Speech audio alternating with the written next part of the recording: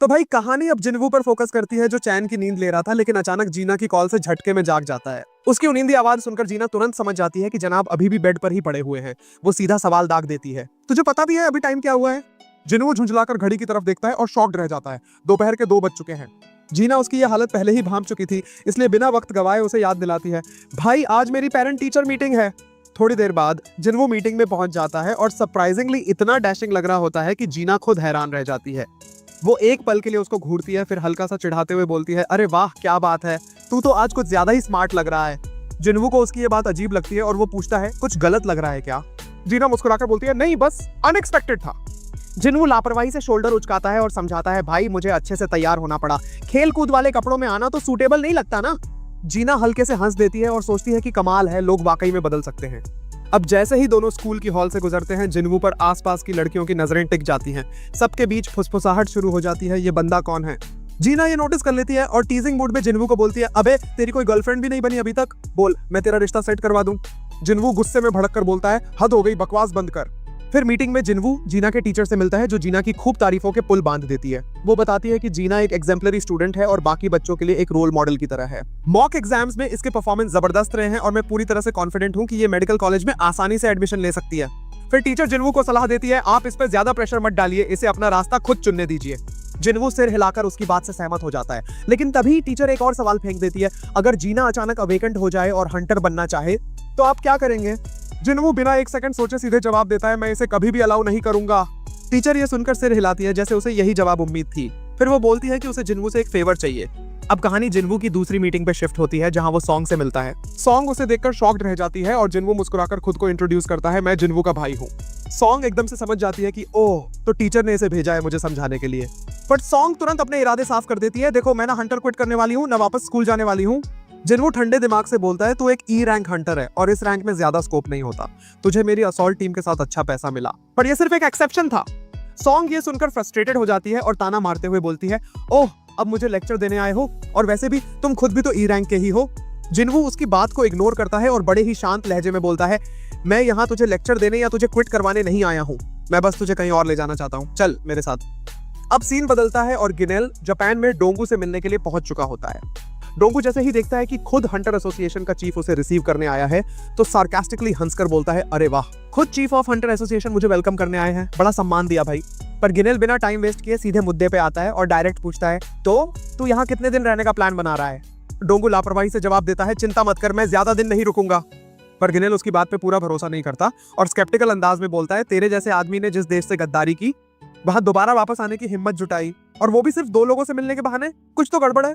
डोंगू हल्की सी मुस्कान देता है, पूरी तरह से कॉन्फिडेंट कि गिनेल सच्चाई जानता है। उसकी ये विजिट बस दिखावे के लिए है, मगर असल इरादा कुछ और ही है। वो ईरी अंदाज में सर्वेलेंस टीम को सजेस्ट करता है कि उन्हें इन दोनों पे कोई ध्यान नहीं देना चाहिए, जो भी उनके साथ डंजन में हो होने दिया जाए। उसकी असली प्लानिंग सामने आ जाती है, पहले जिन्वू को खत्म करेगा, फिर लियो को, और उसे पूरा भरोसा है कि गिनेल की एबिलिटीज उसे रोकने के लिए काफी नहीं होंगी। गिनेल बस शांत लहजे में जवाब देता है, मैं सिर्फ अपनी ड्यूटी निभा रहा हूँ। दूसरी तरफ सीन शिफ्ट होता है। हेलीकॉप्टर से कुछ मॉन्स्टर्स को उतारा जा रहा है, जिसे गिल्ड मास्टर चॉय और बाकी लोग एम जोजो आइलैंड से लेकर आए थे। इसके बाद चॉय सीधे हंटर एसोसिएशन के चेयरमैन को पूरे हालात की जानकारी देता है। वो एक्सप्लेन करता है कि ये मॉन्स्टर्स मेनलैंड तक पहुंचने की कोशिश कर रहे थे, मगर हवा में ज्यादा देर तक टिक नहीं पाए और समंदर में गिर गए। लेकिन चॉय एक चेतावनी भी देता है, अगर इन्हें ऐसे ही छोड़ा गया तो एक दिन ये सच में पार कर सकते हैं। चेयरमैन गंभीरता से जवाब देता है, हम उसे रोकने के लिए हर संभव प्रयास करेंगे। सीन कट होता है। जिन्वू की मुलाकात सैंग से होती है। सैंग थोड़े सरप्राइज्ड अंदाज में बोलता है, यार तेरा फोन आना तो बहुत ही रेयर है, क्या चल रहा है? फिर वो देखता है कि उसके साथ सॉन्ग भी है।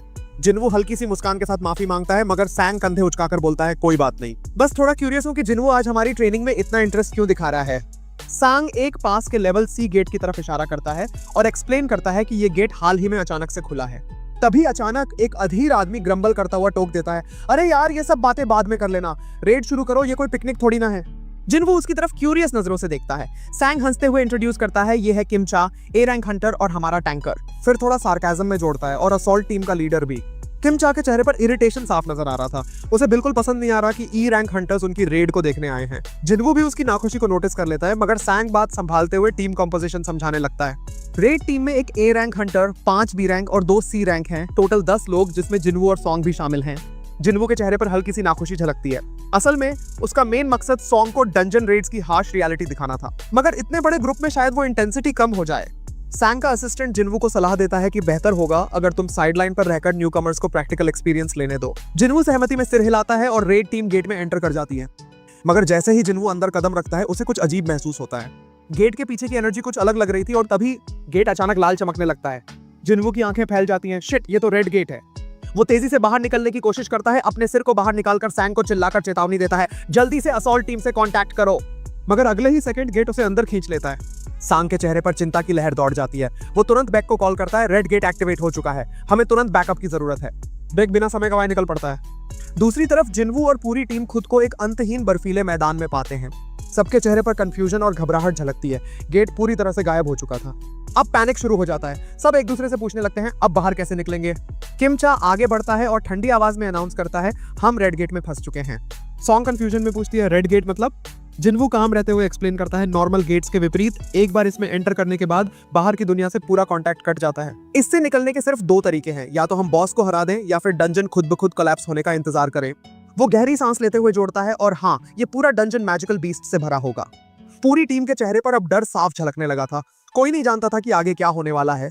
अचानक आसमान से तीरों की बारिश होती है।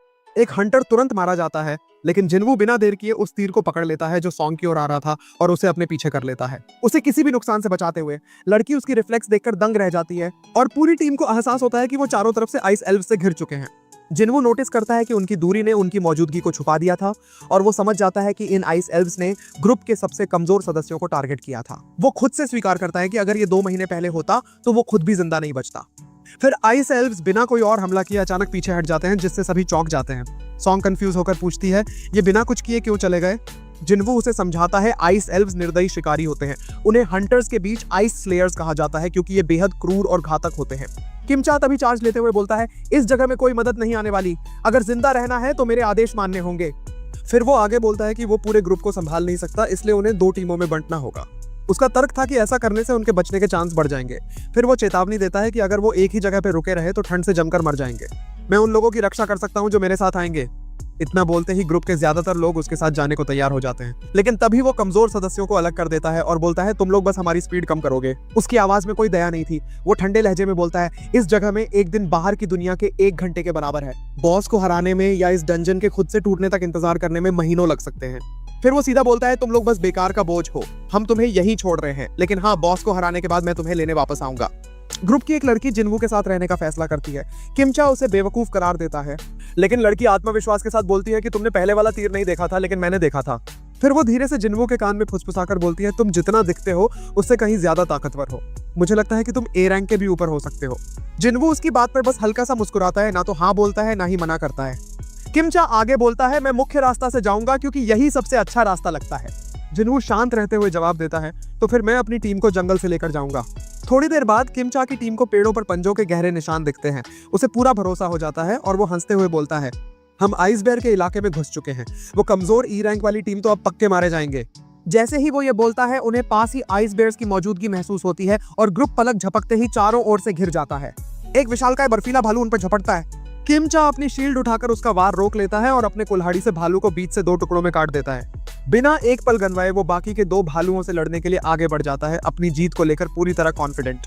दूसरी ओर जिनवू की टीम भी कुछ अजीब महसूस करती है। वो लड़की इशारा करते हुए बोलती है, रुको, यहाँ भी पंजों के निशान हैं। यह आइस बेयर का इलाका है। वो सब सोचने लगते हैं कि उन्हें पीछे हट जाना चाहिए, लेकिन जिनवू सिर हिलाते हुए बोलता है, नहीं, हमें और गहराई में जाना चाहिए। लड़की चौंकती है और पूछती है, क्यों? जिनवू ठंडे लहजे में समझाता है, अगर ये आइस बेयर का इलाका है तो इसका मतलब है कि यहाँ सिर्फ भालू ही होंगे, लेकिन अगर हम बाहर रहे तो आइस एल्व्स हमें मार देंगे। लड़की थोड़ी देर सोचती है और फिर उसकी बात समझ जाती है। तुम सही कह रहे हो, आइस बेयर्स का इलाका इतना खतरनाक होता है कि और कोई जादुई जीव यहाँ नहीं आता। जैसे जैसे वो आगे बढ़ते हैं, हवा और ज्यादा ठंडी होने लगती है। जिनवू बिना कुछ कहे अपने इन्वेंटरी से कोट निकालता है और सबको दे देता है। पूरी टीम हैरान रह जाती है और आभार व्यक्त करते हुए वो कोट पहन लेते हैं। सॉन्ग अब भी उलझन में रहती है और जिनवू से पूछती है, तुम आखिर हो कौन? जिनवू हल्की मुस्कान के साथ उसकी ओर देखता है और जवाब देता है, मैंने तुम्हें यहाँ लाया था, इसलिए तुम्हारी जिम्मेदारी मेरी है, लेकिन मुझसे और सवाल मत पूछो। तभी अचानक एक विशालकाय आइस बेयर अंधेरे से बाहर आता है। जिनवू बिना किसी झिझक के अपना टाइटल बदलकर वुल्फ असैसिन कर लेता है और लड़ाई के लिए तैयार हो जाता है।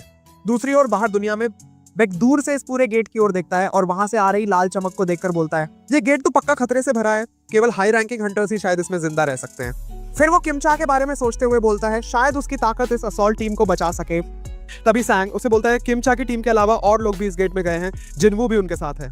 बेक तब क्यूरियसली पूछता है जिनवू की रैंक के बारे में और सैंग जवाब देता है कि जिनवू ऑफिशियली ई रैंक है। हालांकि उसे शक है कि जिनवू शायद रीअवेकन हो चुका है, मगर जिनवू ने कभी खुद कंफर्म नहीं किया, इसलिए वो ज्यादा ऑप्टिमिस्टिक नहीं है जिनवू की चांसेस को लेकर। लेकिन तभी डोंगू अराइव्स करता है गिनेल के साथ और वो विजिबली डिस्प्लीज दिखता है डोंगू को देखकर। वो तुरंत क्वेश्चन करता है कि तू यहाँ क्या कर रहा है, तुझे तो अभी अमेरिका में होना चाहिए था। डोंगू इस सवाल को पूरी तरह इग्नोर करता है और इंस्टेड बेक को सीधा चैलेंज कर देता है, ये बता एक ई रैंक हंटर को गेट के अंदर जाने की इजाजत किसने दी जब वो तुम्हारी गिल्ड का भी हिस्सा नहीं है। डोंगू की बात सुनकर बेक थोड़ा कंफ्यूज हो जाता है और सोचने लगता है कि डोंगू को जिनवू के बारे में पता कैसे चला। डोंगू इस पर बस स्कॉफ करता है और रेड गेट की ओर देखते हुए बोलता है, वैसे भी जिनवू के बचने के चांसेस ना के बराबर हैं। शायद वो इस गेट के अंदर ही मर जाएगा इससे पहले कि मैं उससे मिल पाऊं। गिनेल जो डोंगू की फ्रस्ट्रेशन को ऑब्जर्व कर रहा था, ये सोचता है कि जिनवू की किस्मत अच्छी है कि वो गेट के अंदर है, कम से कम उसे डोंगू के साथ कन्फ्रंटेशन से बचने का मौका मिल गया। लेकिन फिर भी गिनेल को इस बात पर शक है कि जिनवू इस गेट से जिंदा बाहर आ भी पाएगा या नहीं। दूसरी तरफ जिनवू आइस बेयर्स के लास्ट ग्रुप को भी खत्म कर देता है और इसके साथ ही उसे एक और लेवल अप मिल जाता है। उसकी टीम और वो लड़की जो उसके साथ थी वो सब स्टन्ड रह जाते हैं क्योंकि उन्हें समझ ही नहीं आता कि जिनवू आखिर कौन है। मगर जिनवू इस बार भी टाइट लिप्ड रहता है बिना कुछ बोले। कुछ देर बाद पूरी ग्रुप एक जगह इकट्ठा होकर रोस्टेड बेयर मीट खाने लगती है। सब ये देखकर हैरान होते हैं कि जिनवू ने अकेले इतने सारे बेयर्स को खत्म कर दिया। मगर वो लड़की सबको चेतावनी देती है, रिलैक्स मत करो, अभी भी खतरा टला नहीं है, मॉन्स्टर्स का लेयर यही कहीं पास में ही होगा। सॉन्ग जो पूरी सिचुएशन से बैफल्ड है, जिनवू के बिहेवियर को ऑब्जर्व करती है और फिर हैरानी से पूछती है, ये जिनवू इतना अजीब क्यों है? अभी अभी इतनी इंटेंस फाइट खत्म हुई और ये खाने के बाद एक्सरसाइज के लिए बाहर चला गया। लड़की उसकी बात से एग्री करती है और बाकी लोग भी सिर हिलाते हैं। अब दूसरी तरफ जिनवू आइस बेयर्स के लेयर के बाहर खड़ा होता है, अपनी शैडो आर्मी का टेस्ट करने के लिए तैयार। वो अपनी शैडोज को समन करता है और देखता है कि वो पूरे जोश के साथ बेयर्स पे टूट पड़ते हैं। शुरुआत में शैडोज आसानी से आइस बेयर्स को काटते चले जाते हैं, मगर कुछ बेयर्स काफी फियर्स रेजिस्टेंस देते हैं और कुछ शैडोज को पूरी तरह से फाड़ देते हैं। मगर शैडोज रिजेनरेट होते हैं। जिनवू की माना से वो वापस फॉर्म में आ जाते हैं और फिर से लड़ाई में कूद पड़ते हैं। जिनवू गौर करता है कि उसकी आर्मी में मौजूद मेजेस भी जबरदस्त सपोर्ट प्रोवाइड कर रहे हैं। उनके स्पेल्स शैडोज को और भी ज्यादा ताकतवर बना रहे हैं। जिनवू सोचता है ये मेरी एक्सपेक्टेशन से भी बेटर परफॉर्म कर रहे हैं। मगर फिर वो एक चीज नोट करता है, उन्हें बनाए रखने के लिए बहुत अधिक माना की आवश्यकता होती है। तभी अचानक आइस बेयर्स का मैसिव बॉस लेयर से इमर्ज करता है। एक ही डेवास्टेटिंग अटैक से वो जिनवू की पूरी शैडो आर्मी को पूरी तरह से वाइप आउट कर देता है। इससे जिनवू की माना भी बुरी तरह ड्रेन हो जाती है और अब वो अपनी शैडोज रिजेनरेट नहीं कर सकता। जिनवू को समझ आता है कि अब प्लान बी लाने का टाइम आ गया है। वो तुरंत आइग्रिस को समन करता है। शैडो नाइट आगे बढ़ता है, बिल्कुल काम और कॉन्फिडेंट। बॉस बेयर गर्जना करता है और पूरे गुस्से में आइग्रिस की तरफ चार्ज कर देता है, मगर एग्रिस लाइटनिंग फास्ट रिफ्लेक्सेस से डॉज करता है। एक सटीक स्लैश से वो बेयर पे वॉर करता है। बियर डेस्परेट फाइनल अटैक करने की कोशिश करता है, मगर आइग्रिस की स्विफ्ट बिहेडिंग मूव उसे वही खत्म कर देती है। जिनवू इस फाइट को ऑब्जर्व करता है और सोचता है, एग्रिस की पावर अब भी मेरी एक्सपेक्टेशन से कहीं ज्यादा है। अगर उसने हमारी पहली फाइट में सोर्ड यूज की होती तो शायद मैं हार जाता। वो इम्प्रेस्ड होकर एग्रिस की तारीफ करता है, वेल डन एग्रिस। दूसरी तरफ किम चा की पार्टी एक खतरनाक स्थिति में है। उनकी पूरी टीम एल्फ से लड़ रही थी, मगर अब सब मारे जा चुके हैं। किम चा अब अकेला रह गया है। वो समझ ही नहीं पाता कि ये सब हुआ कैसे। वो बिटरली सोचता है, मैं व्हाइट टाइगर गिल्ड का एलीट मेंबर बनने के कितने करीब था और अब ये सब एल्व्स के पास खड़े बचे खुचे सर्वाइवर्स उसे और भी डराने लगते हैं। उसे अब पूरी तरह यकीन हो जाता है वो ये लड़ाई नहीं जीत सकता। वो जितना तेज हो सकता है उतना तेज भागने लगता है, बस अपनी जान बचाने के लिए। उसके बाद जिनवू मस्टैंग विक्टोरियस खड़ा होता है। उसके सामने डेथ बेयर्स के शव एनरेज्ड हो जाता है। वो बेक को डिसमिस करता है, तू बस एक छोटे तालाब की बड़ी मछली है। एस रैंक की दुनिया में तेरा कोई वजूद नहीं है। अगले ही पल दोनों एस रैंक हंटर्स अपनी पावर रिलीज कर देते हैं। पूरा एरिया तबाही के कगार पर आ जाता है। सांग अंदर ही अंदर घबराने लगता है, अगर ये दोनों एस रैंक बैटल में उलझ गए तो पूरा इलाका तबाह हो जाएगा। मगर तभी गिनेल बीच में आकर लड़ाई रोक देता है। डोंगू उसकी इंटरवेंशन से थोड़ा इंप्रेस्ड होता है। गिनेल विनम्रता से बोलता है, अगर ये दोनों हंटर लास्ट मोमेंट पे खुद को कंट्रोल नहीं करते तो मेरा शरीर अभी इंटैक्ट नहीं होता। डोंगू अब भी स्केप्टिकल होता है, मगर गिनेल समझाता है, जिनवू बस एक ई रैंक हंटर है। 2 महीने पहले मैंने उसे पर्सनली रीएवैल्यूएट किया था और उसमें कुछ भी अनयूजुअल नहीं था। फिर भी डोंगू यकीन नहीं करता। वो गुस्से से जवाब देता है, अगर जिनवू नहीं तो कातिल कोई और होगा, शायद वो अमीर लड़का लियो। गिनेल फिर पूछता है, अगर तुम्हें पता है कि जिनवू कातिल नहीं है तो तुम उसे टारगेट क्यों कर रहे हो? डोंगू की कोल्ड और ब्लंट रिप्लाई आती है, ये बस एक एक्सक्यूज है, एक एक्सक्यूज उसे मारने का। मगर इससे पहले कि ये बातचीत और आगे बढ़ पाती, डोंगू को अर्जेंट कॉल आ जाता है।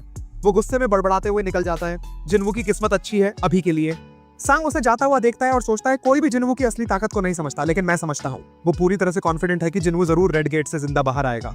गेट के अंदर जिनवू ग्रुप बैठी हुई होती है, आग के चारों ओर ठंड से बचने की कोशिश में। मगर उनकी शांति अचानक तबाह हो जाती है जब किम चा गुस्से से अंदर घुसता है। सब छुपा रहे थे। किम चा इन लोगों पर सामान छुपाने का इल्जाम लगाता है। वो चिल्लाता है कि उसकी टीम प्रॉपर इक्विपमेंट की कमी की वजह से मारी गई। गुस्से से अंधा होकर वो धमकी देता है, किसी ने ये सब छुपाया था। पार्क, क्या तूने इन कमजोरों को ज्वाइन किया क्योंकि तुझे पहले से पता था? पार्क चुप रहती है। किमचा अब और ज्यादा गुस्से में उबलने लगता है। वो 3 तक गिनती गिनने लगता है, 3 2 1, मगर कोई भी कुछ बोलता नहीं है। तभी वो गुस्से में दहाड़ता है जिनवू, और जैसे ही वो हमला करने के लिए बढ़ता है जिनवू अचानक से प्रकट होता है। किमचा के चेहरे पर सदमे की लकीरें उभर आती हैं, लेकिन वो कुछ करने से पहले ही जिनवू उसे पूरी तरह दबा देता है। पूरी टीम शॉक में जिनवू की तरफ देखती रह जाती है। जिनवू उसे गहरी आवाज में डांटता है, तू अपनी पार्टी की हार के लिए दूसरों को क्यों ब्लेम कर रहा है। मगर तभी जिनवू कुछ और महसूस करता है, कोई खतरा, कुछ और भी यहाँ है। उसकी नजर आसपास के इलाके पे घूमती है और फिर वो सीधा बोलता है, कौन छुपा हुआ है वहां? तुम्हारी ऑरा इतनी स्ट्रांग है कि अनदेखा नहीं किया जा सकता, बाहर आओ। तभी आइस एल्व्स सामने आ जाते हैं। उनका लीडर घृणा से बोलता है, तो इन इंसानों में से एक अनएक्सपेक्टेडली स्ट्रांग निकला।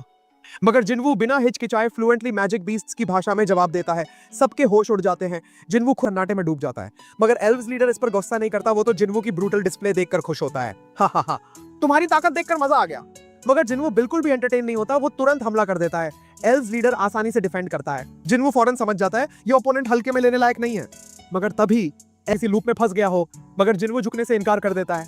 लीडर उसे चेतावनी देता है, अगर तुमने हमारी बात नहीं मानी तो तुम्हें हमारा दुश्मन समझा जाएगा। वो ये भी याद दिलाता है कि हम तुम्हारी संख्या से कई गुना ज्यादा हैं। मगर जिनवू बिल्कुल भी डरा नहीं। वो लीडर से सीधा सवाल करता है, तुझे इतना कॉन्फिडेंट होने की वजह क्या है? और इसी के साथ जिनवू अपनी शैडो आर्मी समन कर देता है। बाकी सभी हैरान रह जाते हैं, ये क्या है? इतनी बड़ी आर्मी उसने कैसे बनाई? एल्व्स लीडर इन शैडोज को बेकार की चीज कहकर डिसमिस कर देता है, मगर जिनवू उसकी बातों को इग्नोर करता है और लड़ाई के लिए आगे बढ़ता है। लीडर इस चैलेंज को एक्सेप्ट करता है और दोनों तरफ की फोर्सेस एक क्रूर बैटल में कूद पड़ती हैं। जिनवू के साथ मौजूद इंसान भागने की कोशिश करते हैं, मगर एल्व्स आर्चर्स उन्हें टारगेट करने लगते हैं। जिनवू अपनी अविश्वसनीय स्पीड दिखाते हुए आर्चर्स को बड़ी आसानी से खत्म कर देता है। मगर जितनी जल्दी फाइट बढ़ती है, जिनवू को उतनी ही जल्दी लीडर की कॉन्फिडेंस की वजह समझ आने लगती है, ये एल्व्स मेरी उम्मीद से ज्यादा मजबूत हैं। उनके हमले इतने जबरदस्त हैं कि वो मेरी शैडो आर्मी को काफी नुकसान पहुंचा रहे हैं। हालांकि शैडोज टेक्निकली अमर हैं, मगर उन्हें रीजनरेट करने के लिए जिनवू की माना खर्च होती है। शिट! जिनवू रियलाइज करता है कि उसकी माना इन्फिनिट नहीं है। अगर ये फाइट लंबी चली तो उसकी माना खत्म हो सकती है, और उससे भी बुरा, ये लीडर मुझसे अनडिनाइबल तौर पे ज्यादा मजबूत है। लीडर अब सीधा जिनवू पर हमला करता है। जिनवू तुरंत स्थिति को एनालाइज करता है। भले ही आइग्रिस मेरे साथ है, लेकिन एल्व्स लीडर अब भी एक ओवरवेलमिंग अपोनेंट है। ऑड्स उसके खिलाफ थे। रेगुलर सोल्जर्स काफी नहीं होंगे। जिनवू को अब एक और भी ज्यादा मजबूत फोर्स की जरूरत थी। लीडर अब अपना ऑफिशियल इंट्रोडक्शन देता है, मेरा नाम बारका है। जिनवू भी सिर हिलाते हुए जवाब देता है, जिनवू। अब दोनों फाइटर्स पूरी ताकत से एक दूसरे की ओर दौड़ते हैं। बारका तुरंत डोमिनेंस दिखाना शुरू करता है, मगर वो एक पल के लिए स्टन्ड हो जाता है जब जिनवू अपने अटैक के बीच में ही अपनी ब्लेड टेलीपोर्ट करके दूसरी हाथ में पकड़ लेता है। अब दोनों फाइटर्स के बीच तेजी से हमले और बचाव चलते हैं, लेकिन धीरे धीरे जिनवू पीछे हटने लगता है। बारका इस लड़ाई को एंजॉय करता है। इतने सालों बाद कोई वर्दी ओपोनेंट मिला है, चेक करता है। इधर बारका अभी भी जिनवू की मैजिक आर्मी से जूझ रहा है। इसी केओस का फायदा उठाकर किमचा अपना मूव करता है। मगर तू सोच भी नहीं सकता कि मैंने तुझे कब का देख लिया था। जिनवू ने पहले से ही एंटिसिपेट कर लिया था।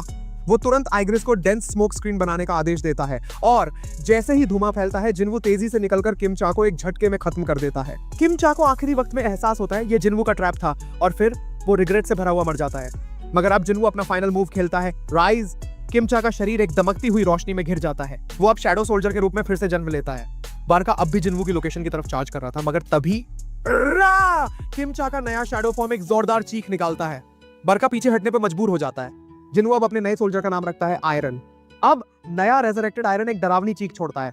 बारका तुरंत आयरन का बैटल स्ट्रेंथ एनालाइज करता है। एजिलिटी थोड़ी कमजोर है, लेकिन ड्यूरेबिलिटी इंसेन है। दूसरी तरफ सॉन्ग दूर खड़ी है, ज्यादा डरावनी है। अब आयरन पूरी ताकत से बारका को रोकता है, मगर बारका अब फ्रस्ट्रेट हो रहा था। ये फाइट मजेदार है, लेकिन कुछ कमी लग रही है। वो सीधा जिनवू को चैलेंज करता है, अगर लड़ना ही है तो तुम दोनों खुद आओ, जिनवू और इग्रिस। जिनवू बस स्मर्क करता है, ऑलराइट, अगर तू इतना चाहता है तो लेट्स गो। तीनों फाइटर्स अब बारका पर टूट पड़ते हैं, जिनवू, इग्रिस और आयरन। बारका की ओवरवेलमिंग स्ट्रेंथ पूरी तरह सामने आ जाती है। वो एक साथ तीनों के हमलों को काउंटर करता है, मगर धीरे धीरे फ्रस्ट्रेटेड होने लगता है, क्योंकि आयरन की लगातार गूंजती चीखें उसे अंदर तक झकझोर रही थी, और अब लड़ाई अपने सबसे खतरनाक मुकाम पर पहुंच चुकी थी। बारका डिसाइड्स कि सबसे पहले आयरन को डील करना जरूरी है, मगर आयरन एक फॉर्मिडेबल टैंक साबित होता है। वो हर वार सहते हुए डटे रहता है। दूसरी तरफ बारका की कॉन्फिडेंस बढ़ती जाती है, क्योंकि वो आसानी से आइग्रिस के स्ट्राइक्स को डॉज कर रहा होता है। लेकिन तभी जिनवू अचानक एक सटीक स्टैब लैंड कर देता है। जिनवू खुद हैरान रह जाता है, क्योंकि बारका उस फेटल वुंड को भी अवॉइड कर लेता है, वो भी इतनी केओटिक फाइट के बीच। बारका तुरंत ब्रिसल करता है। उसे ये बिल्कुल पसंद नहीं आता कि कोई उसे अंडर एस्टिमेट करे, लेकिन जिनवू इस बार उसकी तारीफ करता है। इतनी देर जिनवू का ध्यान अचानक अपनी बाकी शैडो आर्मी की तरफ जाता है। उधर बारका को अचानक याद आता है उसकी खुद की आर्मी। वो पीछे मुड़कर देखता है, और वो जो नजारा देखता है वो पूरी तरह से हिला देने वाला होता है। जिन्वू की शैडो आर्मी ने उसकी पूरी क्लैन को मिट्टी में मिला दिया था, मगर इस भयावह दृश्य के बावजूद बारका फिर भी कॉन्फिडेंट रहता है। अगर मैं जिन्वू को हरा दूं तो टाइड बदल सकती है, वो खुद को यही यकीन दिलाता है। तभी जिन्वू अचानक अपनी डैगर फेंकता है। बारका इसे देखकर हंसता है, हाँ मूर्ख, तूने अपना हथियार ही फेंक दिया। लेकिन बारका जिन्वू की असली चाल को अंडर एस्टिमेट कर देता है। जिन्वू पिन पॉइंट एक्यूरेसी से अपनी डैगर रिकॉल करता है। बारका मुश्किल से उसे ब्लॉक कर पाता है, लेकिन उसकी खुद की वेपन पूरी तरह टूट जाती है। जिन्वू फौरन इस मौके को भांप लेता है। आयरन उसे नियंत्रित करो। आयरन आगे बढ़ता है, बर जाती है। बारका की आवाज हमेशा के लिए खामोश हो जाती है। जिन्वू घोषणा करता है, युद्ध समाप्त हुआ। मगर बारका अब भी डिफाइंट रहता है। हाँ, ये खत्म नहीं हुआ जब तक मैं नहीं कहता। लेकिन उसकी डिफाइंस भी ज्यादा देर नहीं टिकती, क्योंकि आयरन अचानक पूरी ताकत से उस पर टूट पड़ता है। अब बारका बिल्कुल लाइफलेस जमीन पे गिर जाता है। युद्ध वास्तव में समाप्त हो चुका था। तभी धरती कांपने लगती है। सबको लगता है कुछ और आ रहा है, मगर नहीं, ये सिर्फ आयरन था होती है। लेकिन गेट से बाहर जाने से पहले जिन्वू एक फाइनल लुक लेता है बारका के लाइफलेस बॉडी पर। बाहर पोर्टल के पास सैंग बोलता है, हमें लौटना होगा। 1 हफ्ता हो चुका है, अंदर किसी के बचने के चांसेस बहुत कम हैं। मगर बैक मना कर देता है, मैं अपने गिल्ड मेंबर्स को छोड़कर नहीं जा सकता। तभी दोनों हैरान रह जाते हैं, क्योंकि पोर्टल अचानक खुलने लगता है। बैक कॉन्फिडेंटली बोलता है, किमचा आ रहा है। मैं जानता था कि वो जरूर बचेगा। लेकिन जो बाहर निकलता है वो किमचा नहीं था, बल्कि जिन्वू था। सैंग की कॉन्फिडेंस सही साबित होती है। जिन्वू इस लड़ाई का एब्सोल्यूट विक्टर बन चुका था। पोर्टल बंद हो जाता है और अब बेक के दिमाग में सिर्फ एक ही सवाल घूमता है, किमचा का क्या हुआ। जब उसे पता चलता है कि सिर्फ एक सवाल करने के बजाय मुझे थैंक्स कहना चाहिए, बेक एक पल के लिए कूल डाउन होता है। उसे समझ आता है कि जिन्वू सही कह रहा है। वो अपोलोजाइज करता है अपने पहले के एटीट्यूड के लिए। फिर सिचुएशन डिफ्यूज होते ही जिन्वू सॉन्ग को उसके घर छोड़ देता है। जिन्वू के जाते ही बेक पार्क से पूछता है, जिन्वू ऐसा क्यों लग रहा है कि वो गुस्से में है। पार्क समझती है बॉस को हराने के बाद वो बदल गया, एग्जॉस्शन की वजह से शायद। वैसे जिन्वू आमतौर पे एक बहुत अच्छा इंसान है। बेक अब जिन्वू में और भी इंटरेस्टेड हो जाता है। वो सीधा सैंग को इंस्ट्रक्शंस देता है, जो भी करना पड़े जिन्वू को हमारी गिल्ड में लाने के लिए कर दो। जिन्वू सॉन्ग को उसके घर छोड़ने जाता है। सॉन्ग उसे देख मुस्कुराती है, सब कुछ के लिए धन्यवाद जिन्वू, मैं वाकई यही महसूस करती हूँ। जिन्वू बस हल्की मुस्कान देता है और सिर हिलाता है। जैसे ही वो मुड़ता है, वो पूरे ऑर्डियल को याद करता है। इतना सब कुछ हुआ और गेट के अंदर मुश्किल से 1 दिन ही बीता। वो महसूस करता है कि इस मॉर्टल सोल्जर बनाने की कोशिश की थी। 3 बार कोशिश करने के बावजूद वो उसे शैडो में नहीं बदल पाया। वो गहरी सांस लेता है, कम से कम मुझे आयरन तो मिला। पर वो इस सच्चाई को नजरअंदाज नहीं कर सकता था। ये तीसरी बार था जब मुझे इंसानों की जान लेनी पड़ी।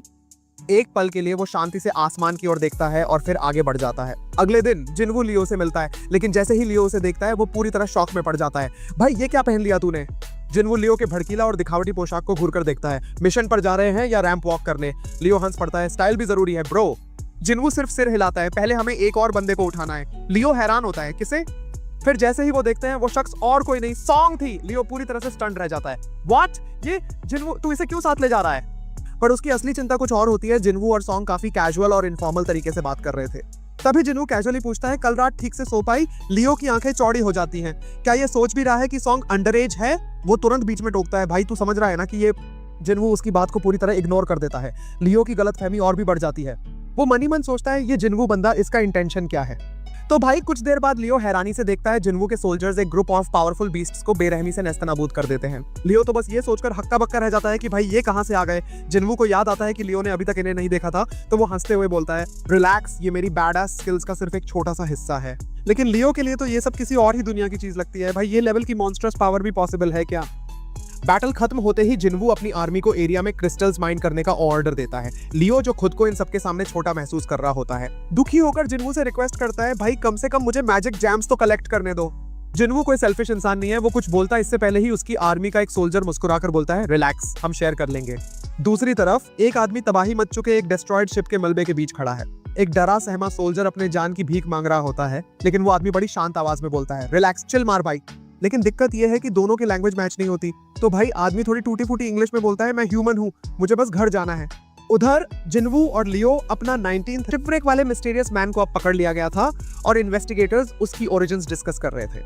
वो आदमी क्लेम कर रहा था कि वो एक फॉरेन हंटर है जो 10 साल पहले एक गेट के अंदर फंस गया था और हाल ही में एक एग्जिट मिली जो उसे अमेरिका के एक गेट में ले आई। लेकिन भाई इन्वेस्टिगेटर्स को शक है कहीं ये कोई ह्यूमनॉइड मैजिक बीस्ट तो नहीं। सत्यापित करने के लिए वो एक एस रैंक हंटर को बुलाते हैं और भाई वो हंटर कोई और नहीं, डोंगू है। अब सब डोंगू का इंतजार कर रहे हैं क्योंकि उनके पास सिर्फ एक ही इंफॉर्मेशन है। उस आदमी का नाम है इलहुआन सू। दूसरी ओर जिन्वू अपनी सिस्टर जीना को बताता है कि वो 1 हफ्ते के लिए ट्रैवल कर रहा है। जीना जो उसे छेड़ने का कोई मौका नहीं छोड़ती, हंसकर पूछती है, तो किसके साथ जा रहे हो। जिन्वू को यह सवाल इरिटेट कर देता है और वो सीधे बोलता है, एक दोस्त के साथ, और बिना ज्यादा कुछ कहे वहां से निकल जाता है। कुछ ही देर बाद जिन्वो डीमन कैसल के एंट्रेंस पे खड़ा होता है। उसके दिमाग में वो पुरानी यादें घूम रही होती हैं। याद है जब पहली बार मैं यहाँ बैरली जिंदा बचा था, लेकिन अब वो एक मॉन्स्टर बन चुका था। सर्बरस, जो पहले सिर्फ लेवल 20 का था, अब जिन्वू का लेवल 3 गुना ज्यादा बढ़ चुका था। अब जिन्वू को पूरा कॉन्फिडेंस था कि इस बार ये चैलेंज कुछ अलग होगा। वो अपने सिस्टम की से गेट को अनलॉक करता है और डीमन कैसल के अंदर एंटर कर जाता है। जैसे ही वो मिशन ऑब्जेक्टिव्स रिव्यू करता है, उसे पता चलता है कि उसे डीमन सोल्स कलेक्ट करने हैं। लेकिन फिर उसकी आंखें फटी की फटी रह जाती हैं जब उसे दिखता है कि सिस्टम उससे पूरे 10,000 डीमन सोल्स कलेक्ट करने की डिमांड कर रहा है। भाई इतने तो पूरे डेंगुअन में होंगे भी या नहीं, लेकिन भले ही ये टास्क कितना भी बड़ा क्यों ना हो, जिन्वू के लिए असली टारगेट कुछ और था। एलिक्सर ऑफ लाइफ के लिए जरूरी इंग्रेडिएंट्स इकट्ठा करना, ताकि वो अपनी माँ को बचा सके। चाहे जितने भी डीमंस रास्ते में आए, ये क्वेस्ट तो मैं पूरी करके ही रहूंगा। दूसरी तरफ लियो अपने डैड हान से अपने गिल्ड को टेक ओवर करने की बात कर रहा होता है। लियो जानता था कि उसका बड़ा भाई भी इस पोजीशन के लिए लड़ रहा है, लेकिन वो अपने भाई की स्ट्रेटजी से सहमत नहीं था। वो अपने डैड से बोलता है, गिल्ड को चलाने के लिए किसी बाहरी इंसान को लाना बहुत बड़ा रिस्क होगा।